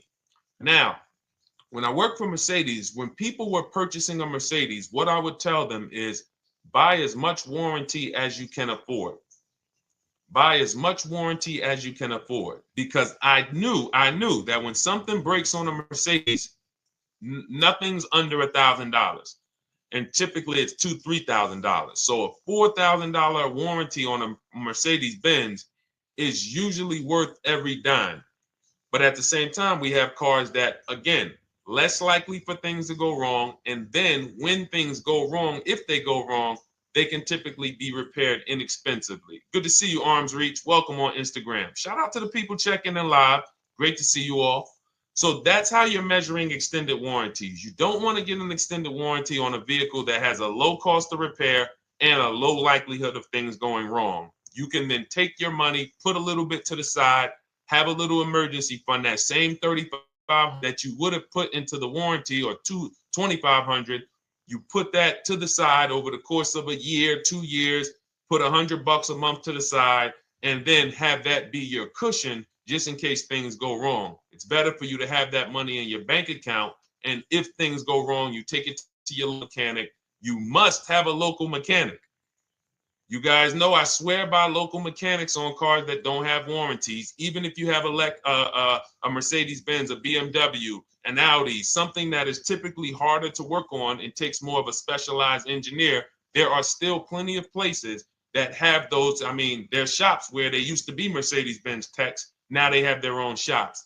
This is who you want, because their cost, their labor is going to be probably 1/3 of what a dealership is going to be. So these are the resources that, again, keep more money in our pocket while getting us the same level of service and experience. Okay, great question. Welcome, Uncle Nene. Good to see you. Uncle Nene. All right, listen. Nicole, good to see you. All right, Dolan, you can pull up the next question. Feel free to start typing your questions. And as we get more questions in, we'll try to get to all of them. You guys know we're not always able to, but we do try to get to all of them. How do I shop around for the best lease deal without affecting my credit? Well, first of all, you're talking to someone who's, just so you know, I've taught thousands of people to lease. I've gotten 7 leases. Now, when we look at what we are doing with a lease, first, we have to consider how we want the information presented to us. We are not letting dealers tell us how they're going to quote us. We are telling the dealers how to quote us. So we are going to have all our quotes. Thank you to everybody hitting the like button. I see you. I appreciate you. And shout out to the sharers. As I see people who share, I always like to give the shout outs to the people who share this broadcast with their friends and their family. And thank you to everyone who's giving gifts on TikTok and Instagram. Appreciate you all. So what we are doing when we're telling a dealership, you give us a quote with first month's payment only out of pocket, 12,000 miles per year, and put all the taxes and fees into the payment, assume tier 1. So we are presenting it now in my book and in my Shop with Deshone programs, my video checklist. I have all the templates. If you're going to do this yourself, you just need to remember how you're presenting this. You can call around to dealerships, because there's 2 ways to do this. Shopping from home. Cars from Home is about showing you guys, and I'm going to be showing you guys a ton of payments. And listen, I don't want you to feel bad, because some of you are going to see that you've left a lot of money on the table. Part of what I have to do here, and I've been doing it for 3-4 years now, is I have to tell you the bad news. For 3 years, I did a masterclass called Everything You're Doing Wrong Buying, Selling, and Leasing Cars. We put probably over 15,000 people through that masterclass. But those were people who were willing to hear the bad news They knew, Deshone, I got to hear the bad news to get to the good news. So as I show the difference in the prices that we get and the people who listen to me get, more than, forget about me, the people who are like you, the people who are on a live, saw a video, and then took action and learned and use our processes, the results they get compared to what you're getting. You're going to see, wow, they're saving $3, $5, $7, $10,000 more than me every single car. And so the Cars from Home system is about bidding. It's about turning your car purchase into a bid. You're no longer begging. You're no longer going into a dealership and begging one dealer to sell you a car, and then you go to another dealer and beg them, sell me this car, please take my money, please take my money. Meanwhile, you're not seeing the entire market and the people who would compete to get your business and gladly give you the service that you deserve by giving them a $30 to $50 to $100,000 transaction, which is what your car purchase is. So now so the big thing to understand right off the top is, now I need to learn this bidding. I need to learn to get multiple offers. So you can do this by phone. You want to do this by phone, you can call around, but you must give them that information in order for you to compare the deals the right way. Lynette, good to see you. Christina, good to see you. Melvin, good to see you checking in. Rudolph, I see you. Once you actually give them that information, 12,000 miles per year, first month's payment only, due at signing, taxes and fees in the payment, assume tier one. I want the tier one offer. Even if you think I not qualify. Now, if you got a credit score above 670, all your FICO scores, most of you will qualify for most tier one leases. So you want to see, what does this look like as I get my offers? Once you get your offers in this format, you can use the 1% rule as the gauge. The 1% rule is been around for more than 20 years. Everyone who leases and who's savvy, we understood if your lease payment is 1% of the MSRP or less, you stole the car. That includes taxes, that includes fees. You're still in the car. So example, we're looking at a $30,000 car, Hyundai Sonata or a Hyundai Elantra, $30,000 car. When we shop all our offers, if that lease payment is $300 per month, with only $300 due at signing. In other words, I show up, here's $300. Good to see you, GDTV. Thank you for checking in on YouTube.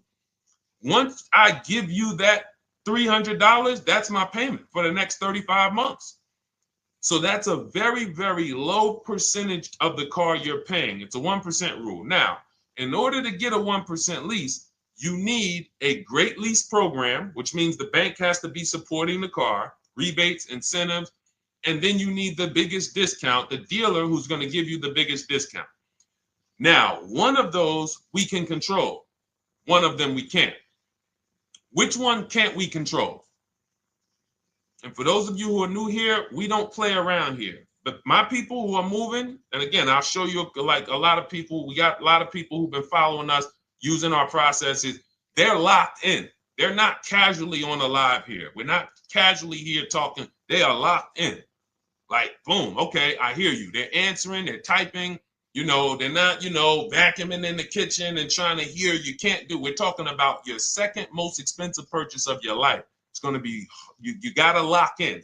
You got to challenge yourself to block out the distractions while we're on this stream, because this is your money. And if you don't take your money seriously, the car salesman will take your money seriously. Oh, I like that. Praise the Lord. God is good. You don't take your money seriously, the car salesman will take your money seriously. Man. So, all right, now somebody remind me the question I asked. I got so happy about that little catchphrase that I forgot who we were. So I know we were discussing, okay, we're talking about the 1% rule. So now, one of the things we can't control is the bank. We don't know what the lease payment, what the lease program is on a car. So when we shop cars, we are going to now look at multiple offers, and here's what you're going to see. Now, I'm going to show you an example of how we know or how we expose where the dealers are concerning pricing. Now, you can't see this on TikTok, but on YouTube, Instagram, Facebook, you guys can see this. I'm going to tell you guys about it. YouTube just doesn't let us do the same type of stream.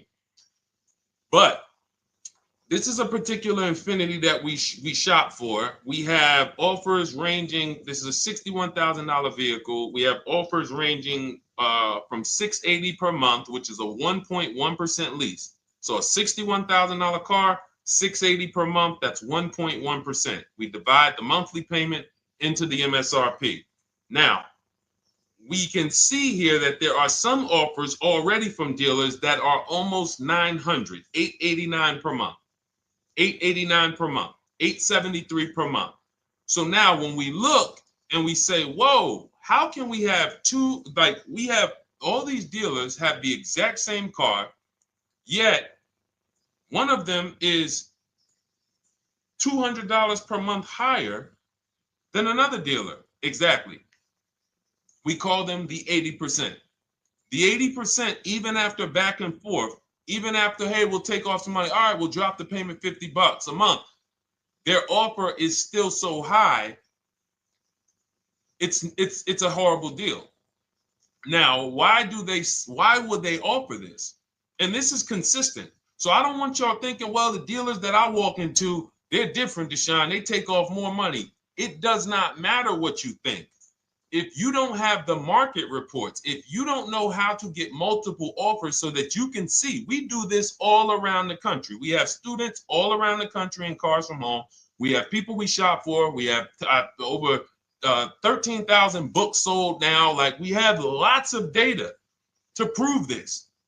80% of dealers are going to be overpriced. This is another particular deal on a Toyota, a market report. And you guys can see that the out-the-door prices here, list price, $32,000. Out the door price with taxes and fees, $38,000. That means that dealer is charging all types of fees on top of their price. The $39,000 MSRP. Look at line number 3. $39,000. Out the door price is $41,000. We can see $39,000 out the door includes taxes, includes all the fees. So we can see that these out the door prices in the left, in the right column, are way higher than the MSRP, $35,798. Out the door price is $39,700. But look at the green. Look at the green. This is what we call, we found the dealer at this time who wanted to win the bid. They wanted to win the bid. They needed the car sold. This is a rotation. We don't say to them, wow, they won the bid one time, so they must win the bid all the time. No dealer can win the bid all the time, or they'll be out of business. But in this particular case, at this particular time, for this particular client, this dealer said, we're going to sell this car for that's $35,500, and out the door with taxes and all the fees, $34,994. That is a over $4,000 discount off this vehicle. When all the other dealers are, not only are they not giving you a discount, they're charging over list. And they might come and say, all right, we'll take off $500. We'll take off $1,000. We'll take off $1,500. They might start so high with you guys that you think, wow, they started up here and I talked them down. They took off $3,000 from me, but they already were $3,000 in fake fees, protection plans, and all of this padding, dealer adjustments, which is fake fees. So whenever they say, because the dealer gets a minimum of a 6% profit margin, from list to invoice, we have profit. From invoice to holdback to triple net, we have money. That's all the profit margin. On top of that, when we add a dealer adjustment, what we're saying is we're going to sell this car to someone who does not have the skills to find our competition. And they're going to come in, and if we got to take off $2,000 to make them think they won, this is what we're going to do. But what we do here, what people like Brian is going to do, look, just finalize my first ever lease using your system, 2025 Honda HRV, $30,000 vehicle, $395 a month payment. no money down. His initial quote was $434. He ended up using our calculator, which we have in our book and in our program. If we put all our offers into that calculator, it tells us what to counter. He gets that offer for $395. That's his deal. We look at somebody like Wendell. Look, thank you. It's the least I can say for your book, Cars from Home. We're still in the middle of the process. Just sold our car today, like 10 minutes ago, for 30% above value. Why? Because he got bids. Look, using the insights from your book.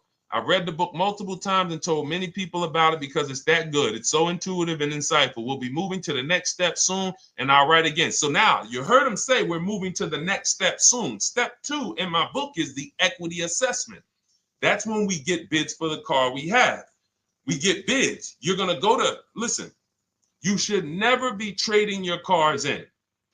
Let me ask you all a question.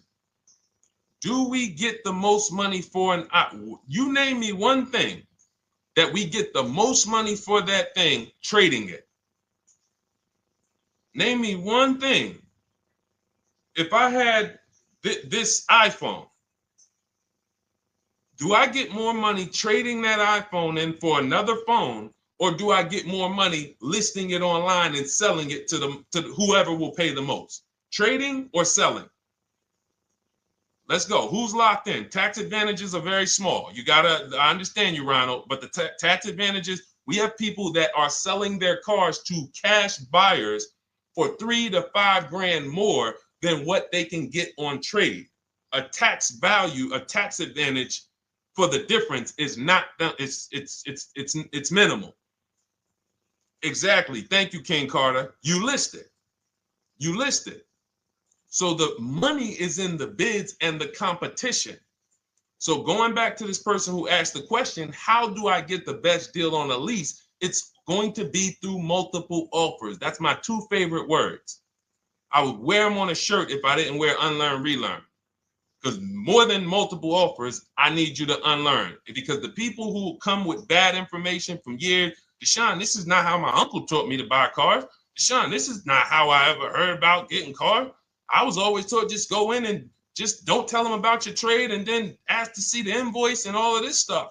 That's what I was taught. Yeah, but you're not going to get the prices we're getting until you unlearn all of that bad information. Bidding is how we buy everything. When we go into the supermarket to get spaghetti sauce, all of those companies are bidding. They're bidding. Hey, listen, we'll sell you this for $3.99. Hey, we'll sell you this for $5.29. But we got a better product. We got quality. Look at us. Look, it's all bids. Everyone who wants to sell us something is competing, except car dealers. Y'all notice that? So the mindset that y'all got to have if y'all want to really win and save all of this money and get these huge discounts is I'm going to start purchasing and leasing cars like I buy other things. It's going to be a competition. And I promise you, your whole life is going to change. Your entire car buying experience will change forever. You will be sitting here just like my man Ken, graduated, $585 a month payment, no money down on his Nissan Murano Platinum, $50,000 vehicle. He's paying $585, no money down. $50,000 vehicle. How much would a $50,000 vehicle cost us on a loan if he purchased it? How much would a $50,000? Some of you know every $5,000 is how much per month. Let me see who's locked in. Who's locked in? Every $5,000 is how much per month on a loan. I see you, Daniel Thompson. Check in. Good to see you, Dane. Thank you for breaking it down with complete truth. Keeping eyes wide open to know what to exactly expect. There you go, Dane. Welcome. Glad to have you here.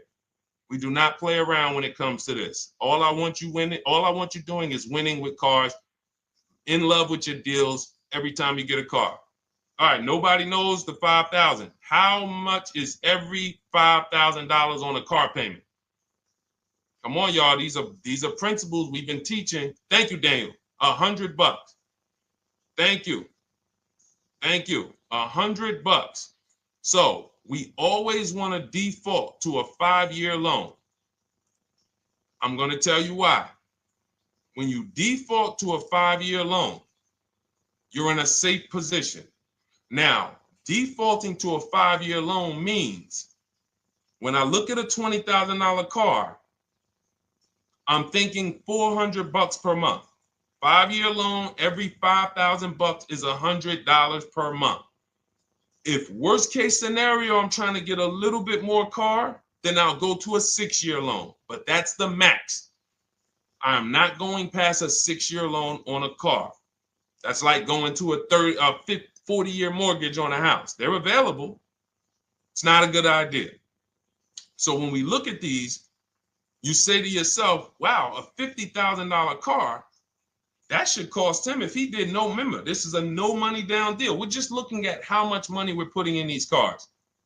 That car would cost him about $1,000 a month if he purchased it, 5-year loan, no money down.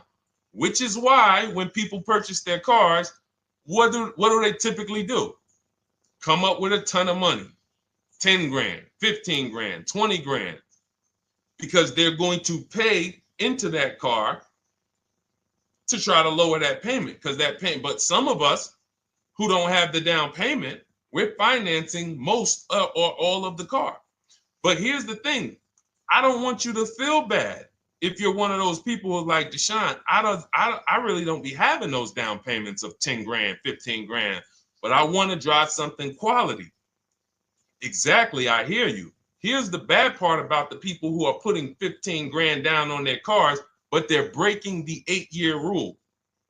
This is what we call in Cars from Home and everything I teach, the most important question is how many years are you going to keep this next car? If it's not 8, then we don't purchase those cars, because here's what happens with people who go into their bank account, slap $15,000 down in a car, and don't keep the cars 8 years. And if anybody's willing to be honest, they will confirm this right here on the stream. When they go to replace that car in 3 years or 4 years, they literally have a little bit of equity. Maybe they're just breaking even. They're not getting that 15 grand back. It's gone. It's gone. Anyone who puts 10 grand down on a car and then comes back in 3 years, 4 years, all right, I had the car 4 years, 5, listen, I'm going to switch this thing up. They still have a payment. They are barely breaking even. Meanwhile, their payment was 400 or 500, almost double what it would have been if they leased a car, got a below market lease, and they drove a car, no warranty after 3 years. They're driving an inferior product. So if it sounds like I'm here to destroy people from purchasing who are not keeping their cars long term, that is the goal. Because as long as you are buying cars that you're not keeping 8 years and you buy them, you turn around and you replace them, you are going to continue to spend way more money than people getting below market leases like Ken and like a lot of other people I'm going to show you on the stream. Lots of other people. Look, dealer American Senior Benefits Plan. He's enrolled with us under his company name. Dealer MSRP on this car was $36,300. 2025 Kia Sport X line. MSR boom 561. Monthly payment is $400. Use the system back and forth. Got $400 a month on a 2025 $36,000 car. Once we put our taxes and fees in that would be a $700+ payment. $700 payment. He's paying $400. And y'all wonder why people are losing cars. $300 more per month to drive the same car? It's ridiculous. Imagine somebody like you, when you learn, now you're pulling up. I'm going to tell y'all one more story, and then we'll go into some more questions, because you might not remember what I'm saying. So those of you who have the book, you got this for the rest of your life. But you will remember, hopefully, a story. I'll tell you about my neighbor. So my neighbor finds out that I'm into this car business and that I educate. And he said, hey, Deshone, I was watching some of your videos and I come across this 8-year rule that you teach. And his wife had actually had a Kia Telluride. Popular vehicles, probably been one of the most popular SUVs, that the Palisade, since 2007, 2019. Super popular vehicles. People were charging $5,000 over sticker for them during the pandemic. People were paying it. We were getting them at discounts. Now, his wife totals the truck. She has an accident, totals the truck. She's fine. Truck is totaled. He was financing it. He said, Deshone, I see this 8-year rule thing, man, and I don't keep my cars 8 years. I said, okay. He said, so I'm thinking I should, like, you're saying I should be shopping for a lease on my next one. I said, exactly. I said, make sure you get multiple offers, because if you just walk in and say, hey, work me up a lease, they'll give you the same payment you had on the purchase. And then they'll tell you something ridiculous that they want you to believe, like, hey, the lease is the same price as the purchase, so you might as well just purchase it. And people believe this stuff. Now, I said, you get multiple offers, stay at home. He calls me, he says, Deshone, I got the new version of the Telluride, new. I'm paying $479 a month. He's $497, and then he said, I think he put down like $1,000, bring it down to $479. $497. He was just paying $800. Do you think anyone can tell him anything about leasing? He's pulling up in the same exact truck. In fact, the newer version. He knows he wasn't going to keep the car long term anyway. He's not going to pay it off and then keep the car and have a paid off Kia Telluride for 10 years. That's not what he does. He keeps them 3 years, 5 years, 7 years, and then he replaces them. So why is he paying $800 a month for years, no warranty, when he could be driving brand new ones for $497 a month, problem free? But as I said, some people are determined to pay more. But the people who, once you get this leasing thing, if you're not keeping your cars, it will change your life. Now, again, I got a car I'm purchasing, we're keeping it. Anything you are buying, keeping 8 years, forget about leasing. It shouldn't be a thing. Who keeps their cars more than 8 years? Let us know. You're an 8+ year person, let us know. In fact, I don't even want to ask, who has a car right now that they've had more than 8 years? And then we'll answer. I want to get Kathy's question too. And then let's get some purchase questions. Let's get some used car questions. Let's get some bank financing questions. We do it all here. But one of the most misunderstood subjects is this leasing thing, and it is costing you guys thousands of dollars every year.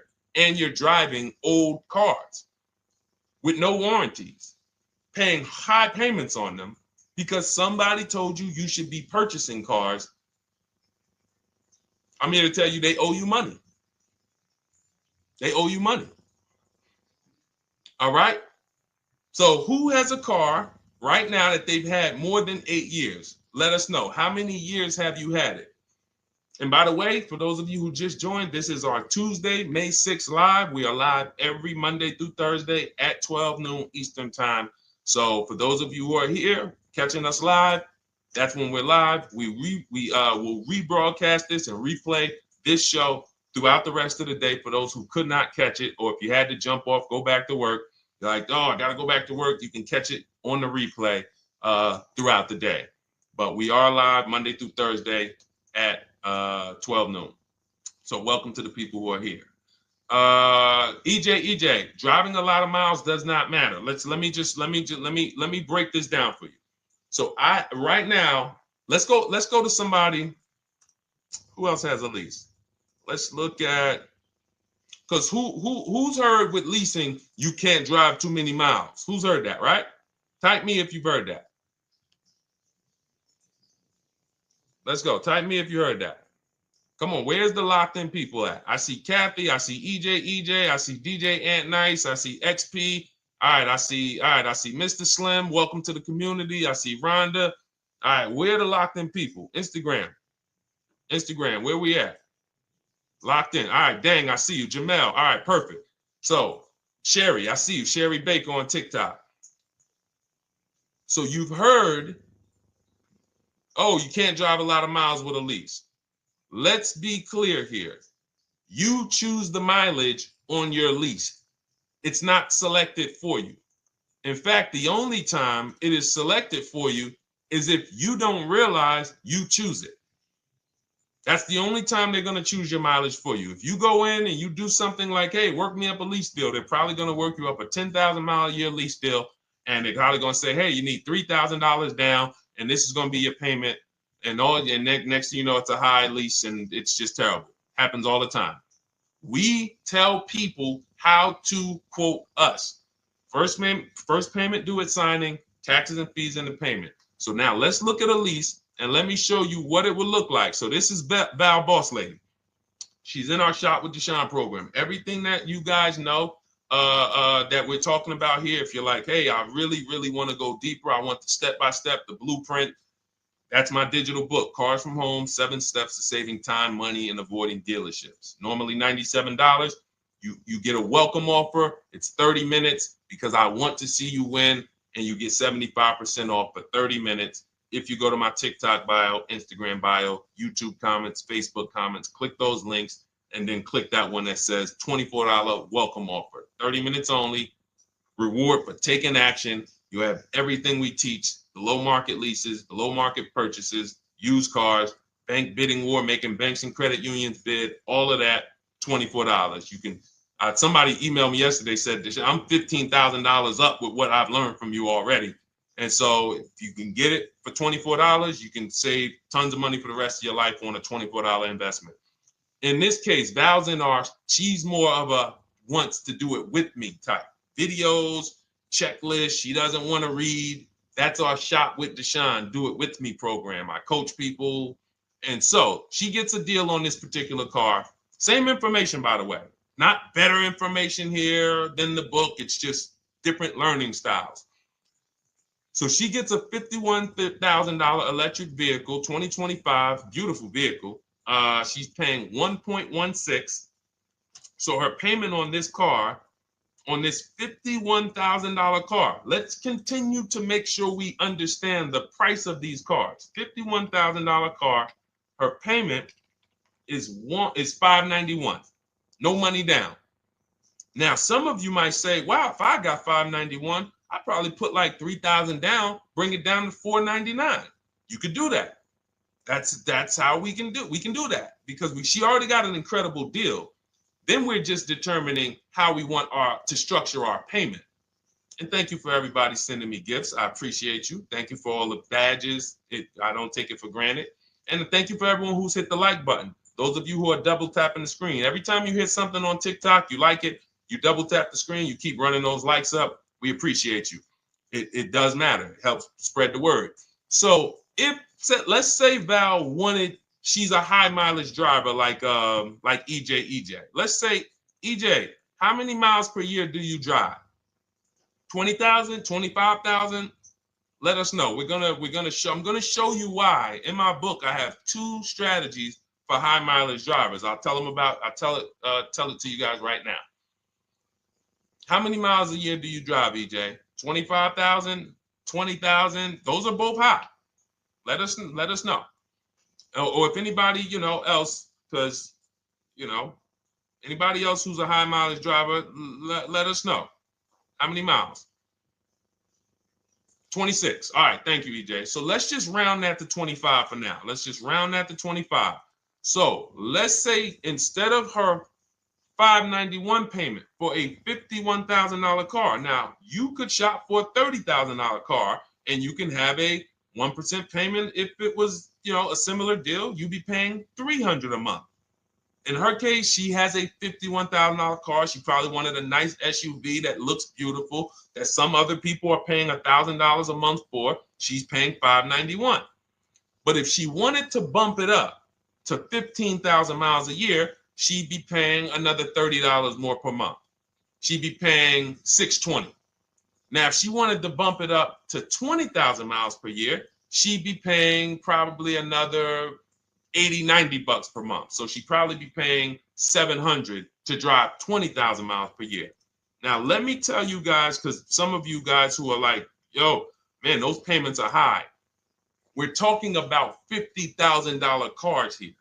So if you were shopping for a $30,000 car or $35,000 car, naturally, if we took the same exact numbers, let's take a $35,000 car, 1.16 lease. That's a 406 payment, probably $399. So now, in order to go, and let's say you're a high mileage driver, just like EJ, you want to add another 15,000 miles to your lease. You're probably going from 400 to 550 or 575. But you have all the mileage you need. And here's the beautiful thing about that. If I'm paying $175 more per month, but I get all the mileage I want, and when I drop this thing off, I get a new one, I don't have to worry about negative equity, and I put no money down. That is way better than what most people are doing out here, what everyone's doing. Because I'm gonna tell you what most high mileage drivers do who don't put money down. They will go in, buy a car, take a super long loan, 6 years, 7 years, just so they could afford the payment. Now, here's what happens. They drive the car, they put 25,000 miles a year on it. They come back in 3 years or 4 years, and they say, wow, I got 100,000 miles on this thing already. Let me go and swap out the car. What situation are they in at that point, guys? You put 100, you got a 6-year loan, average loan. You drove 25,000 miles per year. You put 100,000 miles on the car in 4 years. You come back, you still have 2 years of payments left. 15 grand negative equity. I used to see it all the time. Thank you, I am rich. Locked in on Instagram. I see you. Locked in. See it all the time. Every car salesman who has dealt with a normal 25,000 mile high mileage driver that does not keep their cars sees it all the time. They come in, yo, man, what you do for a living? Man, yeah, I do DoorDash, I do Uber. Oh man, I work in sales. You know, I'm on the road a lot. You know, I'm here. You know, all right, I want to replace this thing. I got like 110,000 on it. Okay, you still got a loan on it? Yeah. All right, we already know you got negative equity. Then we appraise the car. All right, the car's worth like 7,000. How much you owe? Man, you owe 19,000. All right, well, what can I do? Can you get me into something? Roll that loss all the way over. On top of that, you finance the car, so your payment is high. You finance the whole car, so you're paying a high payment compared to if you had leased, just literally shop for your leases, added your miles to the lease that you needed. You're paying $175 more per month. You got a brand new car. And I'm going to tell you, I did not make this up. I learned this from someone. A lot of what I'm teaching you, I learned from my clients when I was in the dealership. This guy, I worked at Hyundai for six weeks. Man, this dealership, the owners got indicted. I got out of there. Way before the owner got indicted. It just had straight up highway vibes, like the worst you could ever imagine. As I was in there for 6 weeks, I was a manager. I enjoyed being a manager. We did a lot of deals in my department in 6 weeks. But I said, I am out of this place. Anyway. But I learned something very valuable there. We had a client a customer was returning his lease on his Hyundai Sonata. Guy comes and I'm grounding the lease. I'm doing the paperwork for him. He has 72,000 miles on the car. 72,000 miles. I said, how the heck? I said, you lease this? He said, yeah, I always lease. That's all I do. He said, I used to buy my cars every single time I came. I had to put large down payments, 10 grand, and then I'm still having negative equity when I come to trade it in. I'm having high payments. It's ridiculous. I looked at his payment, and let's say the average payment for a good deal on a Sonata at that time was $300, $325, whatever it was. He was only paying like $550. He was only paying like $150, $175 more per month. He had a 25,000 mile a year lease. And that's what he did. I drive these cars. I'm on the road. Boom, boom, boom. I change my tires. I do my maintenance. 3 years. It's a fixed cost. There's no variable cost. I don't have any surprises. I'm not getting hit with a negative equity bill that I got to transfer, which means when I transfer my negative equity, I get less car on the next transaction. Because if I got to bring over 15 grand of negative equity, that's probably 300 a month that I'm paying for my old car when I get my new car. So if my new car was 400 a month, but my negative equity is another 300 a month,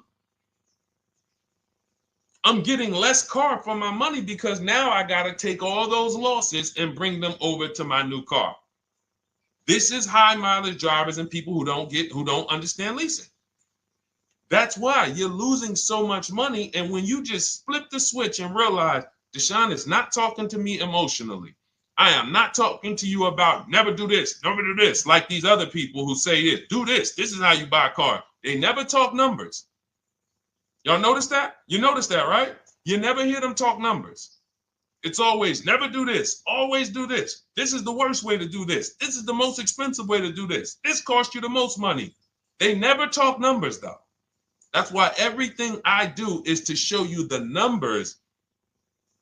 Thousands of transactions since 2006 in the car business, helping people the last 4 years all around the country. This is the numbers that they might not understand.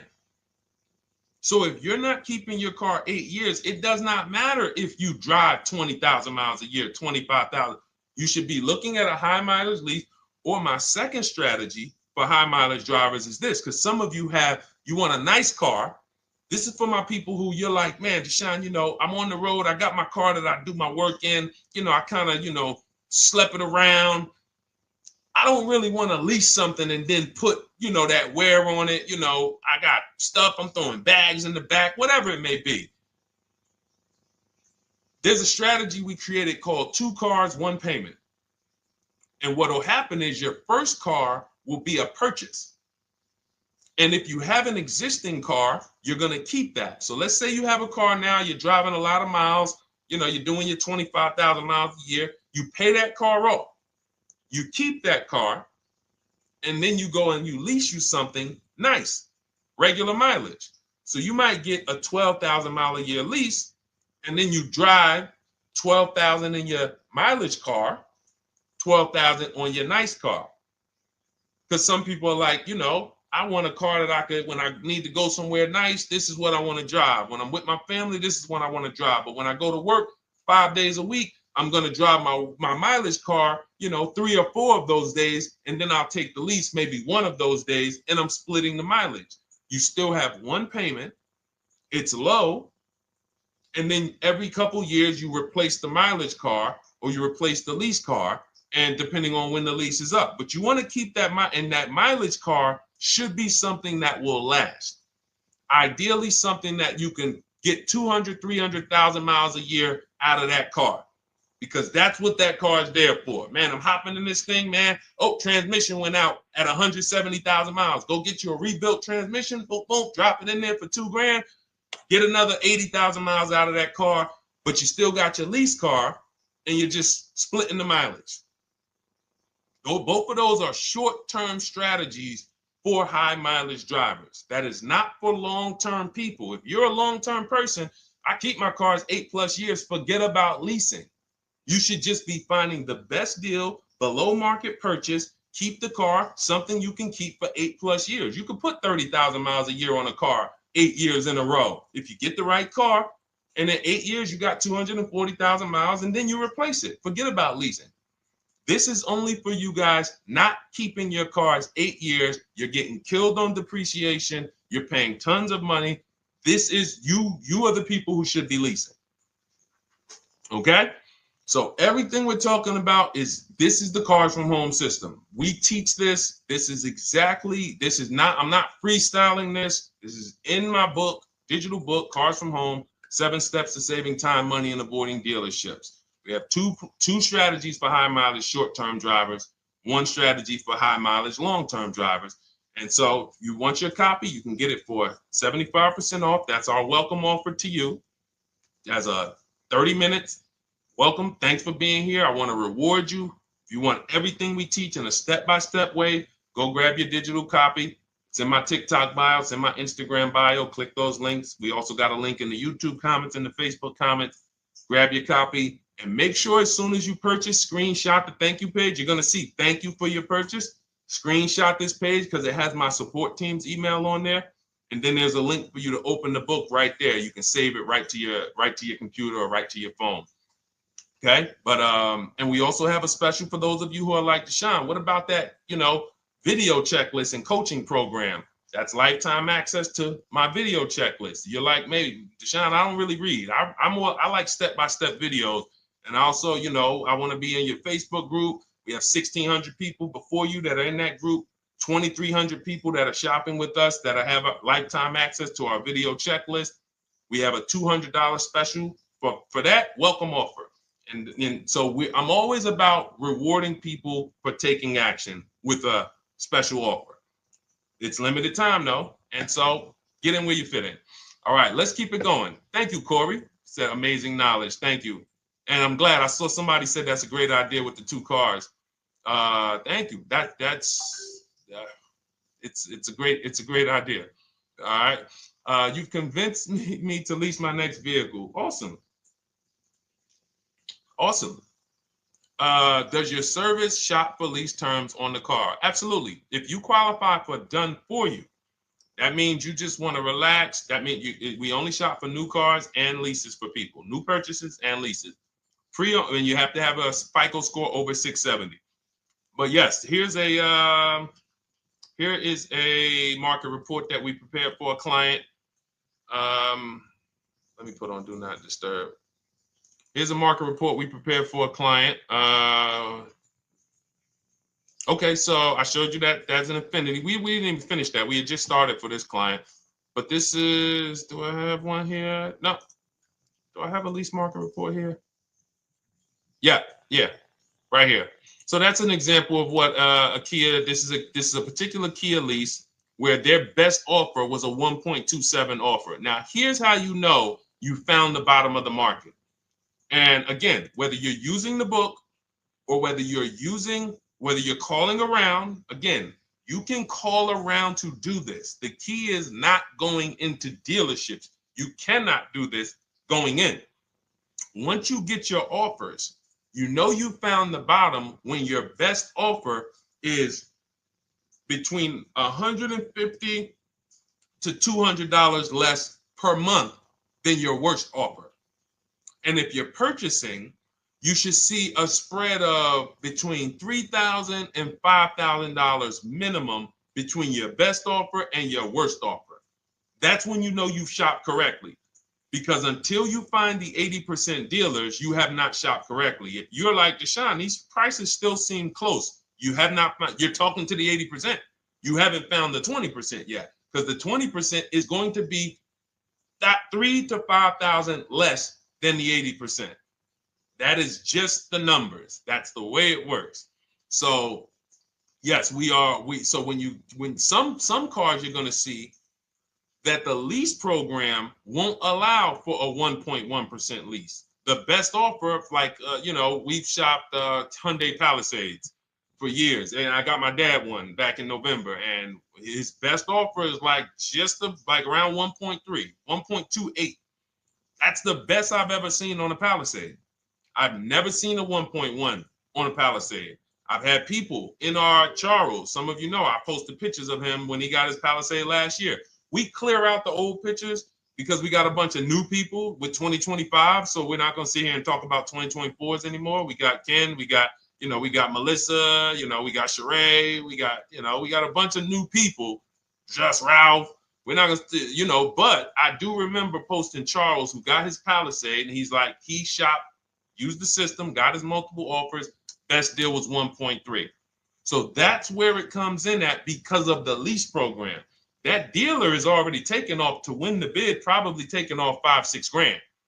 But if they don't have more rebates and more incentives and a better, then it's not going to lead to a 1% lease. So the 1% leases come from major incentives. Maybe sometimes they have too many of the vehicles. They want to move them. Lots of bank support. But what I tell you is you should be looking for between 1.25 and 1.5. That's how you should budget for a lease, between 1.25 and 1.5. That's a great deal. And if it has a really aggressive lease program, once you get your bids, you're going to see it fall under the 1.25. You see it fall into 1.1, 1.2. but we don't know what the lease program will be until after we shop for that vehicle. Okay? So yes, absolutely. It's an empowering way to shop. It's also fun because you can see, man, I'm not begging anymore. Like these people are like, please do business with me. Please do business with me. And then you start to feel bad for everybody who's still in those dealerships doing it the old way because they're talking to the 80%. There's no way they can win. They don't even know there is an 80% to realize that's who they're talking to. So when the dealer says, all right, I'll take off $4,000, they're like, wow, I won. Man, the dealer took off $4,000. But if they saw the whole market, they would understand that that dealer actually is overpriced by $7,000, $10,000. So taking off the $4,000 means nothing. It's just sad. It's a sad thing. And that's why I spend my time trying to convert you guys from negotiating one-to-one to getting multiple offers so that you can see for yourself. All right. Thank you, Julie, name Richardson. Thank you for sharing. XP got the number 2 gifted badge. Forgive me because I don't really know what that means, but I just know that's what it's saying. So I appreciate it. Thank you, Corey22. Sherry Baker, thank you so much. Number 1 gifted badge. All right, let's go to some more questions. We got some more questions. Dolan, I'm sure you got a lot of them.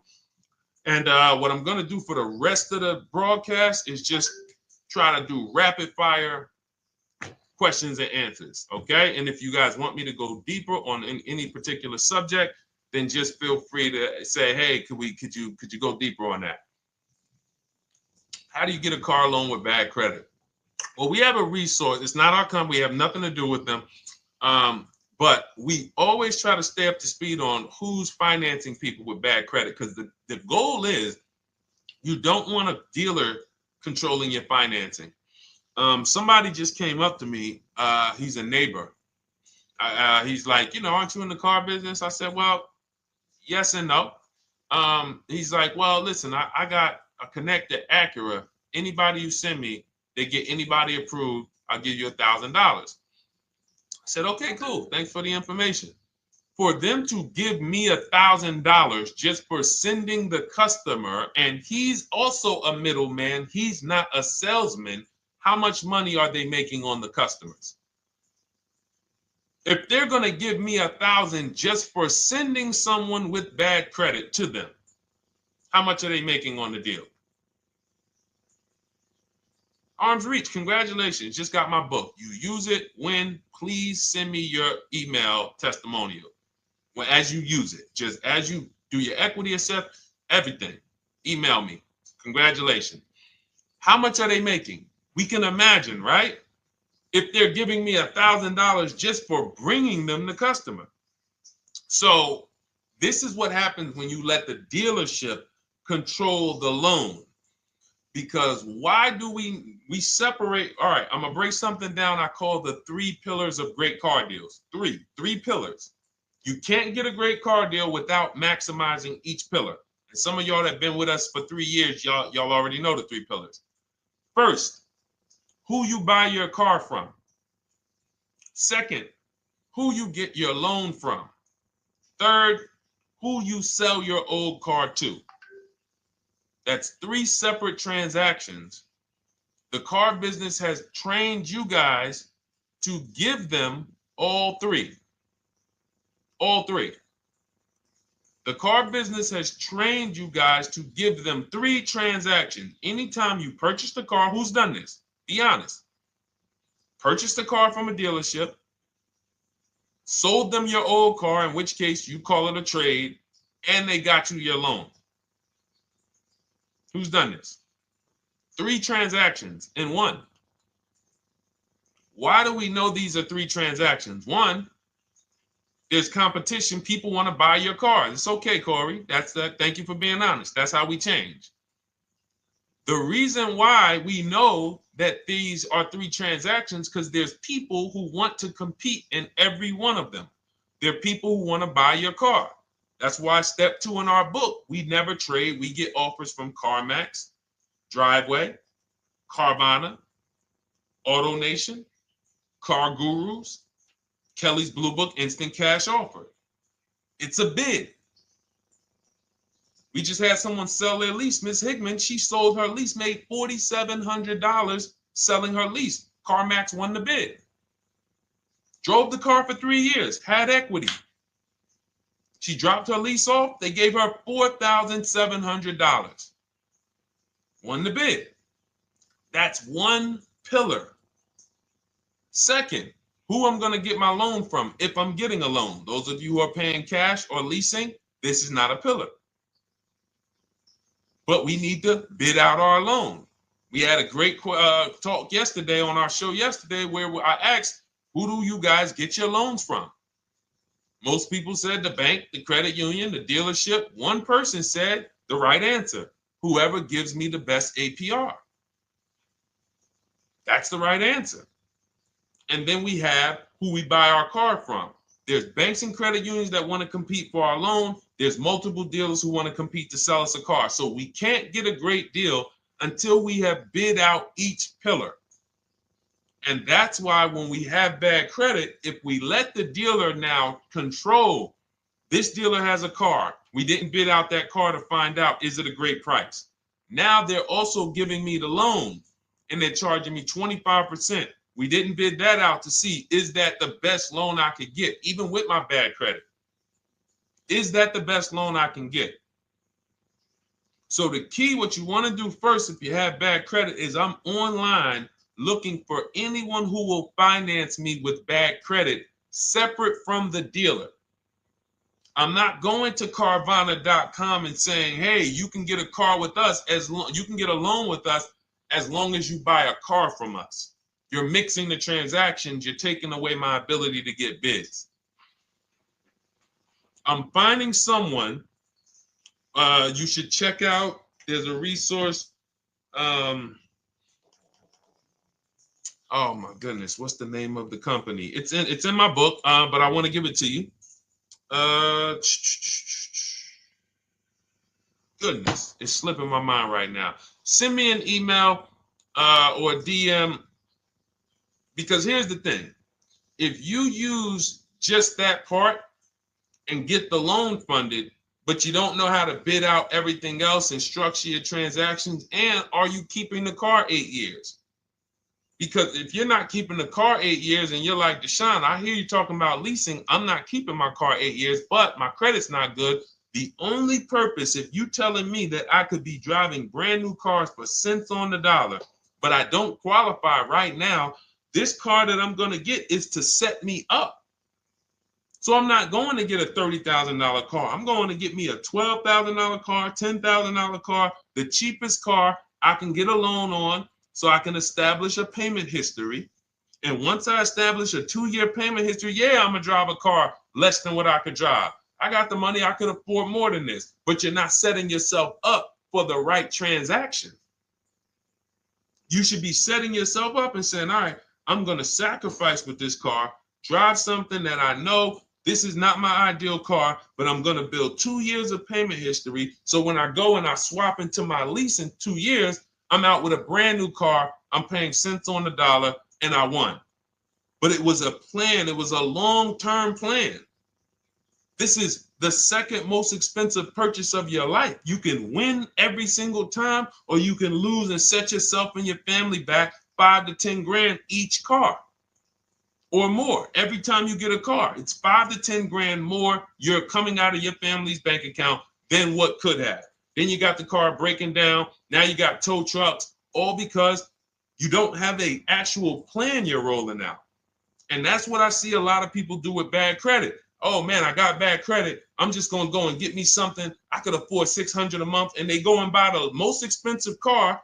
But because 25% interest is on the loan, they're not getting the most car for their money. Now, 3 years down the road, they're going to pay the high payment, still have negative equity because the interest is so high, and then they go and swap and do it again.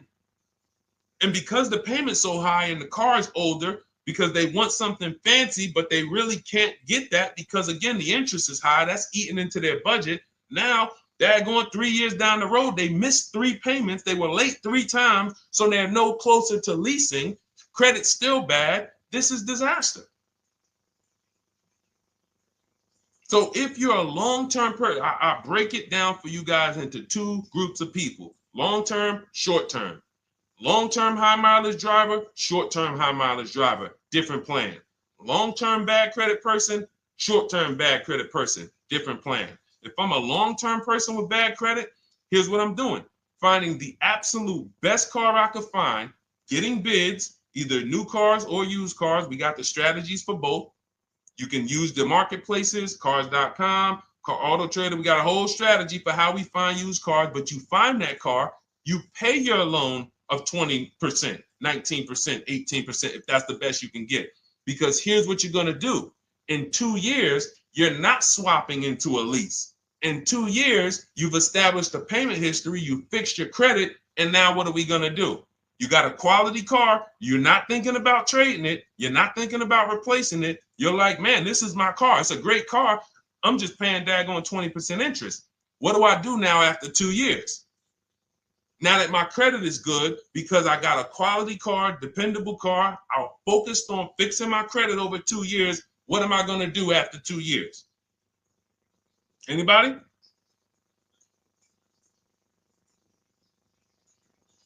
Thank you, Arms Reach. Refinancing the car. Exactly. Exactly. So that's the bad credit long-term strategy. Great car, dependable car, car's not going to break. This car is going to last me 10 years. Right now, when I bought it, 20% interest rate. That was where my credit was. But I worked on my credit. Boom. I'm a 690 now. I'm a 720 now. I'm refinancing that into a short-term, into a shorter-term loan, and I won. Pay this thing off, and I'm going to keep it. Nothing to talk about leasing. Leasing only comes into play where the 8-year rule is concerned. I'm not keeping this next car 8 years. I should be setting myself up to lease, or I should be leasing. That's how I'm going to save the most money, keep the most money in my bank account, have the best car. Not even close. Not even close. All the wins for the purchasers are after 8 years. People who are like, man, Deshone, I got a car, man. I had this thing 12 years, man. It's been paid off for 6 years. I ain't had a payment. I love it. Long-term purchaser. You won. You won. Who's in that situation? Who has a car outside that they've had for more than a decade? Paid off. You can give it to your son. You can give it to your daughter. It's an extra car. That's purchasing. That's the wins. That's what we call the reward stage of purchasing. But you got to get there. All right.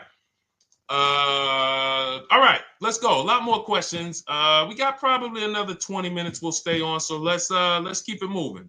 But again, Lend Buzz, that's the company. Lend, Lendbuzz. They started, I started seeing them about 18 months, 2 years ago, and they were loaning to people with, international students, people who didn't have credit. You want to try to find a place that will fund you independent of the dealership. That is what your goal is at all times. Independent of the dealership. Here, you qualify based on your income and your credit. You qualify for $18,000. Go find a car now. That is what you want. You don't want people mixing the bank loan with the car and two pillars that they are controlling. We're controlling the price of this car. We're controlling your interest rate. We don't want that. Yep, exactly, Cindy. For those who just joined, this is our Tuesday, May 6th live. We do these lives Monday through Thursday at 12 noon, so you can tell your friends, family. We wanted to now come up with a constant and consistent time where I can meet with you guys. If you don't have, if you can't stay the whole broadcast, we will replay these throughout the day because sometimes people got to jet back to work. They're watching us on the lunch break. You can catch up on the whole rest of the show throughout the day, all the way up until tomorrow, and then over the weekend, we'll play a whole compilation of all the shows for people who really want to dig in and hear all the questions that we answered throughout the week on, Monday through Thursday. But if you want to join us live, set your calendar, set an alarm, meet us on any channel. We're on TikTok, Instagram, Facebook, and YouTube on the Deshone the Auto Advisor channels, 12 noon, Monday through Thursday. All right. Let's go. Next question, Dolan. All right. What are your thoughts on purchasing used versus new? It's a great question, Kathy. For me, it's a matter of budget and values. It's only a matter of values if you can afford both. So if you can get everything you want in a new car for your budget, everything you want, everything that you need, and you can afford it in a new car, you have the option to choose both. So it becomes a matter of values. In my book, I teach, are you a person who's like, I want to reward myself. I only get a new car every decade. I'm going to keep this thing 10 years. I want the latest and greatest. Therefore, I'm going to shop and get the best offer, get me a below market purchase. Because y'all notice I always put in a caveat of a below market purchase, below market lease. That's all we're talking about here with Cars from Home. That's all we're talking about. You need to, every purchase you make or lease you get, you want it to be a below market lease or purchase. So now, if I could afford both, is it I'm going to reward myself with a new vehicle, or do I have these other values where I actually want to knock 20 to 30 to 40% off the price to get even more for my money? So that's really up to you if you can afford both. There's no right or wrong there. It's a matter of, like I said, the values. Now, some of you once you look at your budget, I have a tool in my book and in our video checklist, the coaching program called the Perfect Budget Calculator. We invented this. So it's not on Google. You'll hear a lot of the stuff, almost nothing we teach. You're like, if you ever go to look for it, the 8-year rule. No one talks about it. We created it. This is our intellectual property that we created to teach you guys to create these boundaries, the rule of 72 and the 10th birthday, 1.5% rule for overpaying for leases. These are all things that are absolutely proprietary to Cars from Home. But one of them is this Perfect Budget Calculator. Sometimes when we're factoring budgets with most calculators, they don't include fees that we know dealers have. And I'm talking about legitimate fees, tax, documentation fee, motor vehicles. So we're putting our budgets together, but we always get caught out there. Who's had that happen? You got it all figured out. You get to the dealership, you bought the car, and they're like, well, what are you going to do with the fees? Because you got $3,000 in taxes and fees. And you're like, whoa, where'd that come from? Sometimes they're lying and sometimes it's legit. But none of these calculators factor in the fees and everything like that. So we created this Perfect Budget Calculator that does. But here's the thing. Once you find out what your budget is, even if you're budgeting with a normal calculator, just add a couple thousand to account for the taxes and the fees. But you might see, I can't get everything I want in a new car for this budget. Everything I need, I can't get for this $24,000, in which case I need to go and look for a pre-owned one. So that's why I said, in reference to your question, Kathy, what are my thoughts on purchasing used versus new? It's a matter of values and budget. Budget first, because budget will determine if you can afford both and get what you want.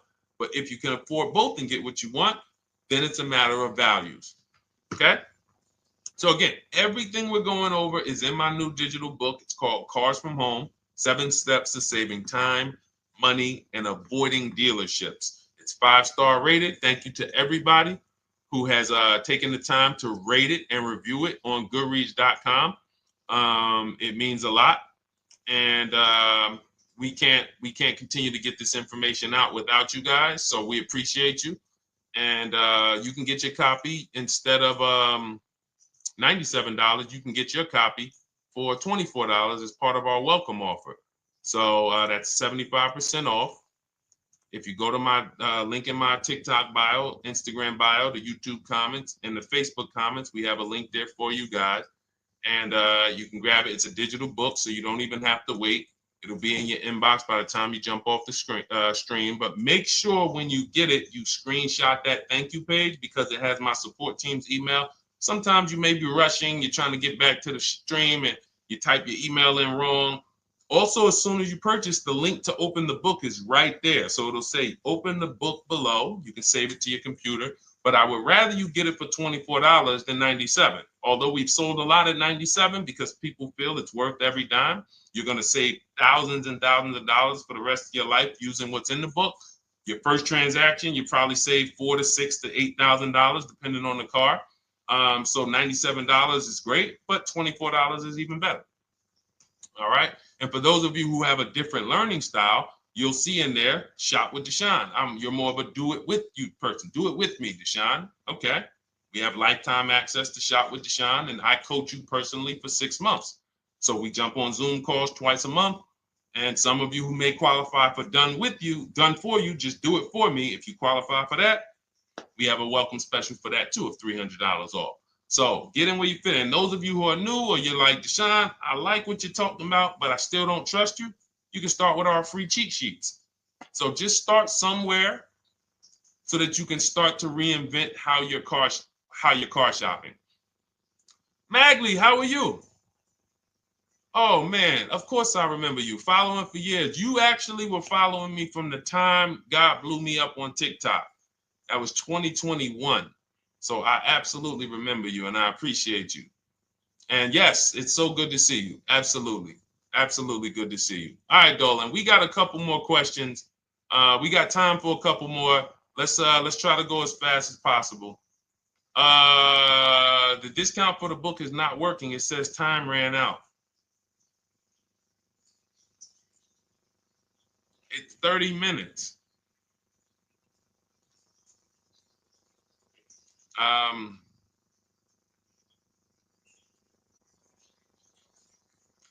don't know. I don't know. Y'all help me out. I don't know what to do with that. I'm sorry. If the welcome offer for $24 was not really 30 minutes, then that means I'm just lying to you. You know what I mean? I'm just like, oh yeah, it's 30 minutes, but come back in 2 hours and it'll still be, you know what I mean? It's, start with the cheat sheets. You know what I'm saying? Like start with the cheat sheets. Get yourself your free cheat sheets, and start there.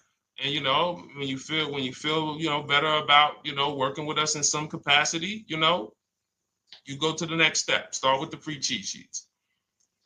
All right, let's go, Dolan. So I'm a new driver. Should I be looking to be an 8-year person or a lease person? Well, I'll tell you this. I got 3 young adults. 2 my daughter, my daughter who's 18, my niece who's 20, and then a young man that I, basically like a son to me who's in the Navy and he's 21. Well, he'll be 21 this year. So he's 20. Now, they all called me in the last 3 months because my daughter's getting her license. My daughter didn't call me. She's getting her license in the next, in June. And we've all talked about this. How should I get this car? Now, my situation when I was 22, I'd already bought a $500 Mitsubishi Eclipse. Transmission went out on me probably after 6 months. And then I bought a buy here, pay here car. This is before I got into the car business. I got into the car business, I was 22, working for Pontiac GMC Buick. So I get this buy here, pay here car. It was a quality Chevrolet Cavalier.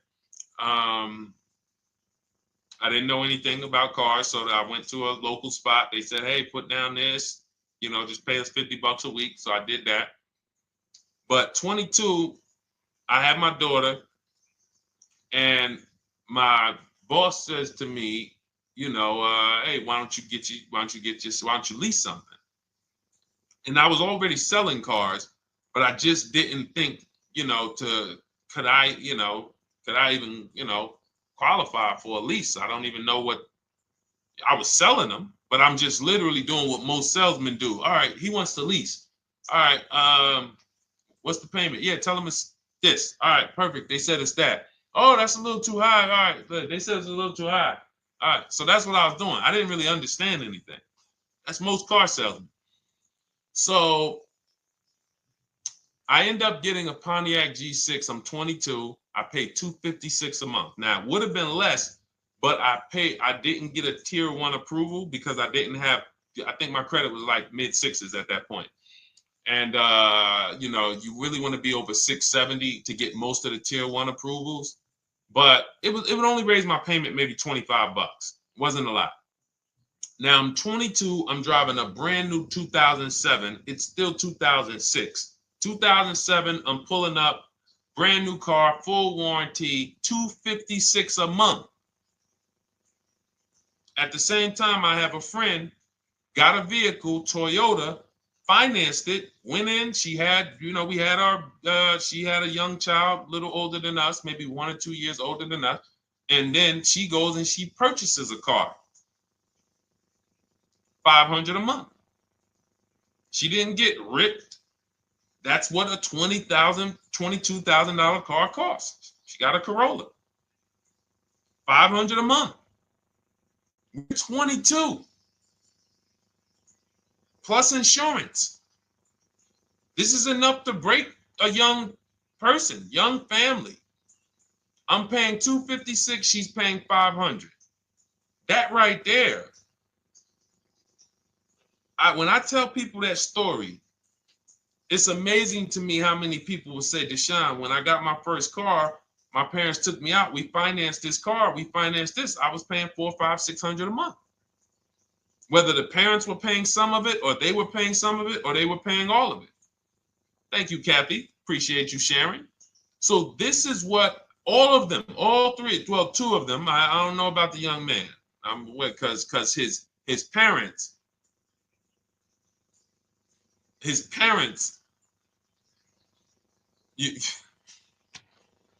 I'm not going to override your parents. And if your parents tell you that they think you should buy a used car or buy a good, then okay.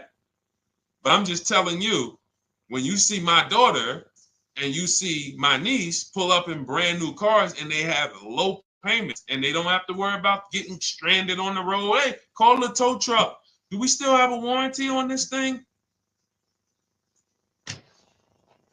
So I would be telling, again, 8-year rule. Because if I've had young people in their early 20s who are like, I'm not even into cars. Like, I'm going to buy this and I'm going to keep this car. Like, I'll keep it 8, 10 years. I don't. And I've had some people who they know when they get a better job, when they move to this, they're going to start a family. They're probably not going to keep the car 8 years. So it still goes back to the 8-year rule. Always. Always. Most young people, most people should be leasing their cars. That's how I did very well throughout my 20s. Praise the Lord, because I did not have high car payments. I didn't have cars breaking down on me where I had to be like, oh man, couldn't get to work today. Not many 20-year-olds, 23-year-olds are keeping cars 8 years. So when you're putting them in used cars, you're really setting them up for failure in a lot of cases, compared to if they were just leasing, getting look, because some people be like, wow, are $300 car payments still out there? Oh yeah, they're still out there. Just you just are shopping for the right car. I know India had her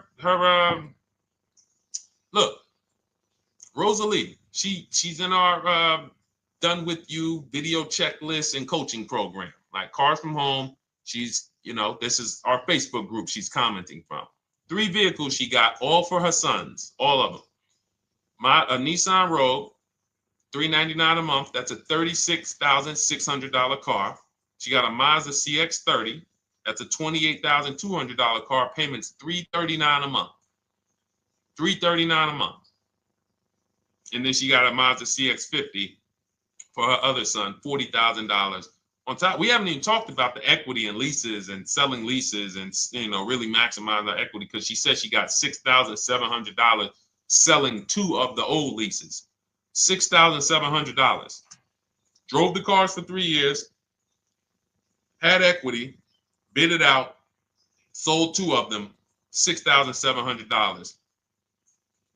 You're probably like, Deshone, I didn't even know you could sell a lease. My question is, how much has that cost you? So when you're looking at investing in anything we're doing, be it my book, be it Shop with Deshone, our video checklist and coaching, be it our Done For You program. One thing that we do covers everything. Your first deal, if you're moving, you're gonna be like, shoot, I got everything I just invested back times 10. That's what we hold ourselves accountable to. Just her equity alone, she made $6,700 selling 2 cars. Didn't even know I could sell leases, and I just put $6,700 in my pocket selling 2 leases. Whoa. So $300 payments. Those would be perfect cars for young people. $339, that's with no money down. Imagine if she wanted to put another $2,500 down, bring the payment down to, $275. This is the way to be moving. And those of you who are getting this, are you getting this? If you're getting this, type some dollar signs. Who's getting this? Who's getting this? Type dollar signs in the chat. Who's getting it? Let's go. Who's locked in? All right. I see you, Mario. I see you, Dane. I see you, Terry Carter. I see you. Who's getting this? Who else is getting it? Who else is locked in?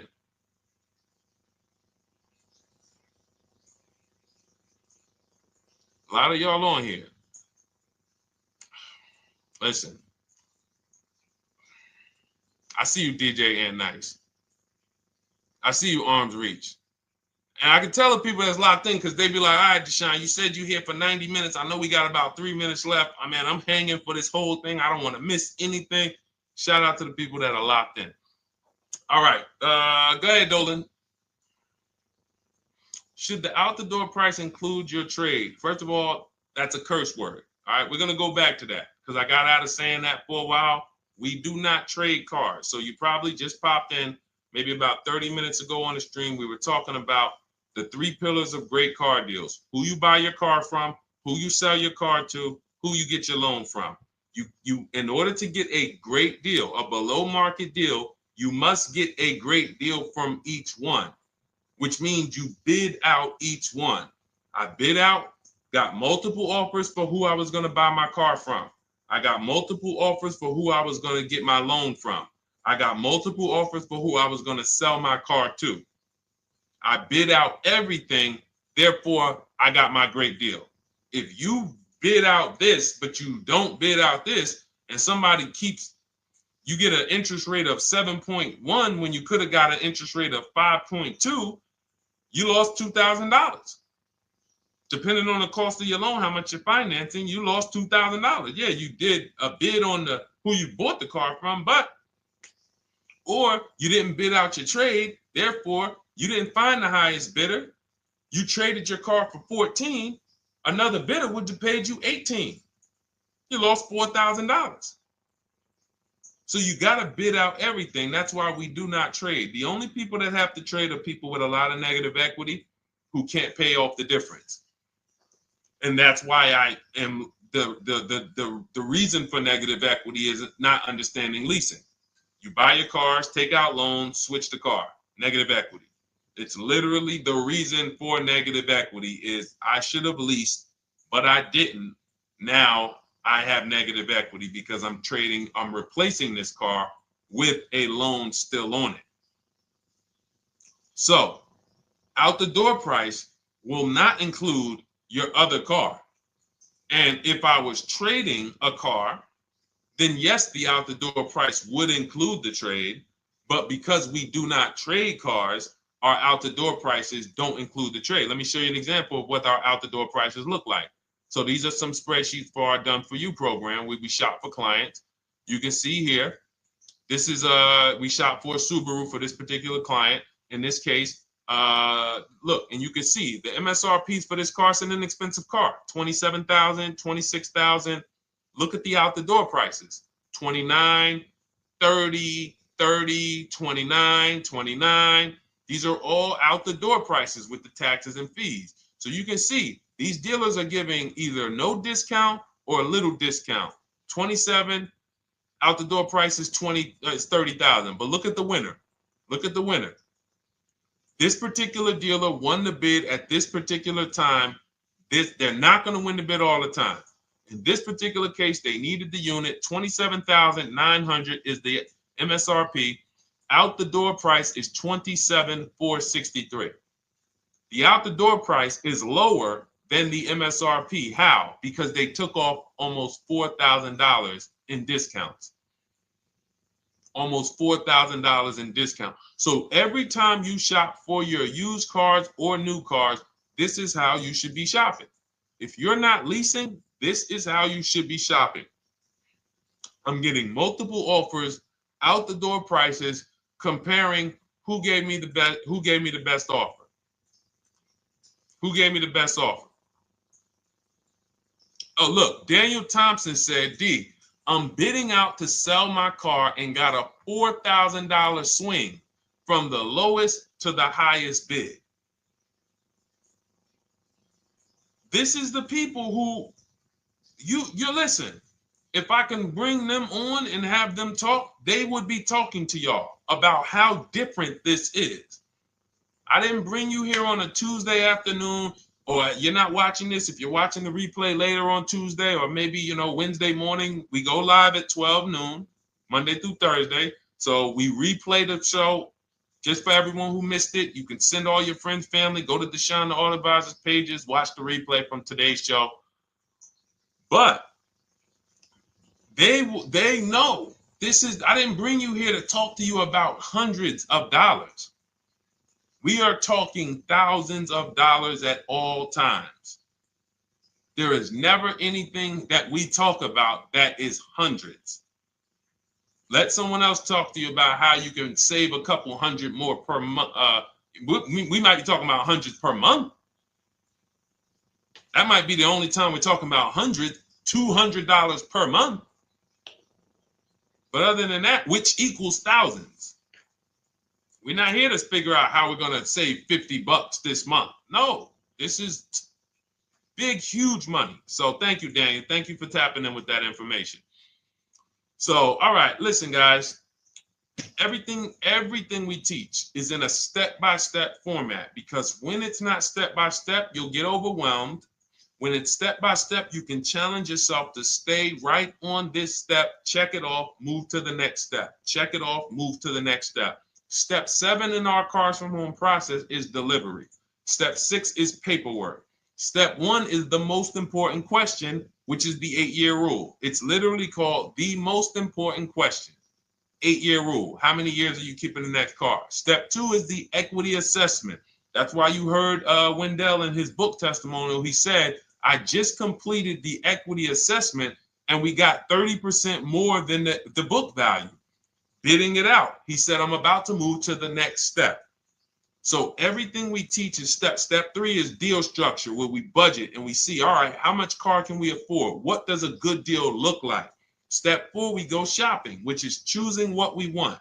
Shopping, looking, doing. We're not buying it. We're shopping the market. We're test driving. We are literally choosing what we want. Shopping, enjoying shopping. Step 5 is multiple offers. That's when we're in talking to dealers online, getting offers, getting bids. Step 6 is paperwork and protection, to make sure that the offer we got is legit. We tied it up. Paperwork is right. We go over extended warranties, tire and wheel, maintenance plans. Do we need them? Key protection. Do we need any of this stuff? And step 7 is delivery. It is a step-by-step path. That is how people win. They're not coming into some college to learn how to be a car salesman or to learn everything I know. No, it's a path. So if you want the blueprint in book form, that's my digital book, Cars from Home, 7 Steps of Saving Time, Money, and Avoiding Dealerships. Normally $97, part of our 30-minute welcome offer. You can get yours for $24 in my TikTok bio, Instagram bio, the YouTube comments, and the Facebook comments. Click those links and then click the special $24 welcome offer. It's good for 30 minutes. And you'll save 75%. If for those of you who are like, Deshone, what about that video checklist? That is our Shop Done With You program. Cars from Home, done with you. You get lifetime access to everything we teach, all our below market videos, and it's short videos. I want you guys getting cars in 90 minutes. 90 minutes. Not shopping. The shopping might take you longer. Deciding what you want, you might be doing that for 2 months. But once you decide what you want, I want you to be able to get below market deals in 90 minutes. That's how I do it. We're not hours and hours to get these car deals. Some of these deals we make in literally 45 minutes over a 3-day period. So that is how we do it. And you'll have access to our coaching program. We do Zoom calls twice a month, first and third Wednesday. And you have a Facebook group with 1,600 people in it that have come before you in the last 3 years. And then for those of you who qualify for shop with done for me, just do it for me, Deshone. New cars and leases only. Credit score has to be over 670 FICO. Book a call with our team. Let's see if we can help you. All of those have welcome specials. The book is 75% off welcome special. Shop with Deshone is $200 off welcome special for 48 hours. And done for you is $300 off for 72 hours. All welcome specials for people to say, all right, I'm taking action. I'm going to take advantage of a lower investment for taking action immediately. And for those of you who you're still new here, you're like, Deshone, I like the information, but I need to get, can I get some free advice first? Let me test out some free advice. You can, of course, go download our cheat sheets, and that's there as well. All of that is in the Cars from Home Toolkit. So always a pleasure. We will be back tomorrow, 12 noon. Please mark your calendars, tell your friends, bring a friend, and we'll continue to, we'll continue to do what we do and try to make sure you guys have everything you need to win every car you get. I want you sending pictures with the numbers. You know you've done it right when every car you get, you have pictures with the numbers. You know people who purchase cars all the time, all post their pictures. Hey, had to upgrade. Oh, just got this. Hey, had to treat myself. Oh, watch it now. But you never see the numbers because they really are not confident in the numbers. They don't want to talk about the numbers. Everybody who shops with us, whether you're getting our book, whether you're using our stuff, and sometimes people who they piece together my social media videos and they'll get it done. But they are sending the numbers. Look at what I paid for this car. Not only did I get a great car, but look at the deal I got on the car. That's when you know, all right, you understand this thing. All right, have a great day, y'all. See you tomorrow. And if you couldn't make the whole broadcast, feel free to watch the replay. We'll be replaying it throughout the day until tomorrow's show. All right, have a great day, y'all. Thank you. God bless you.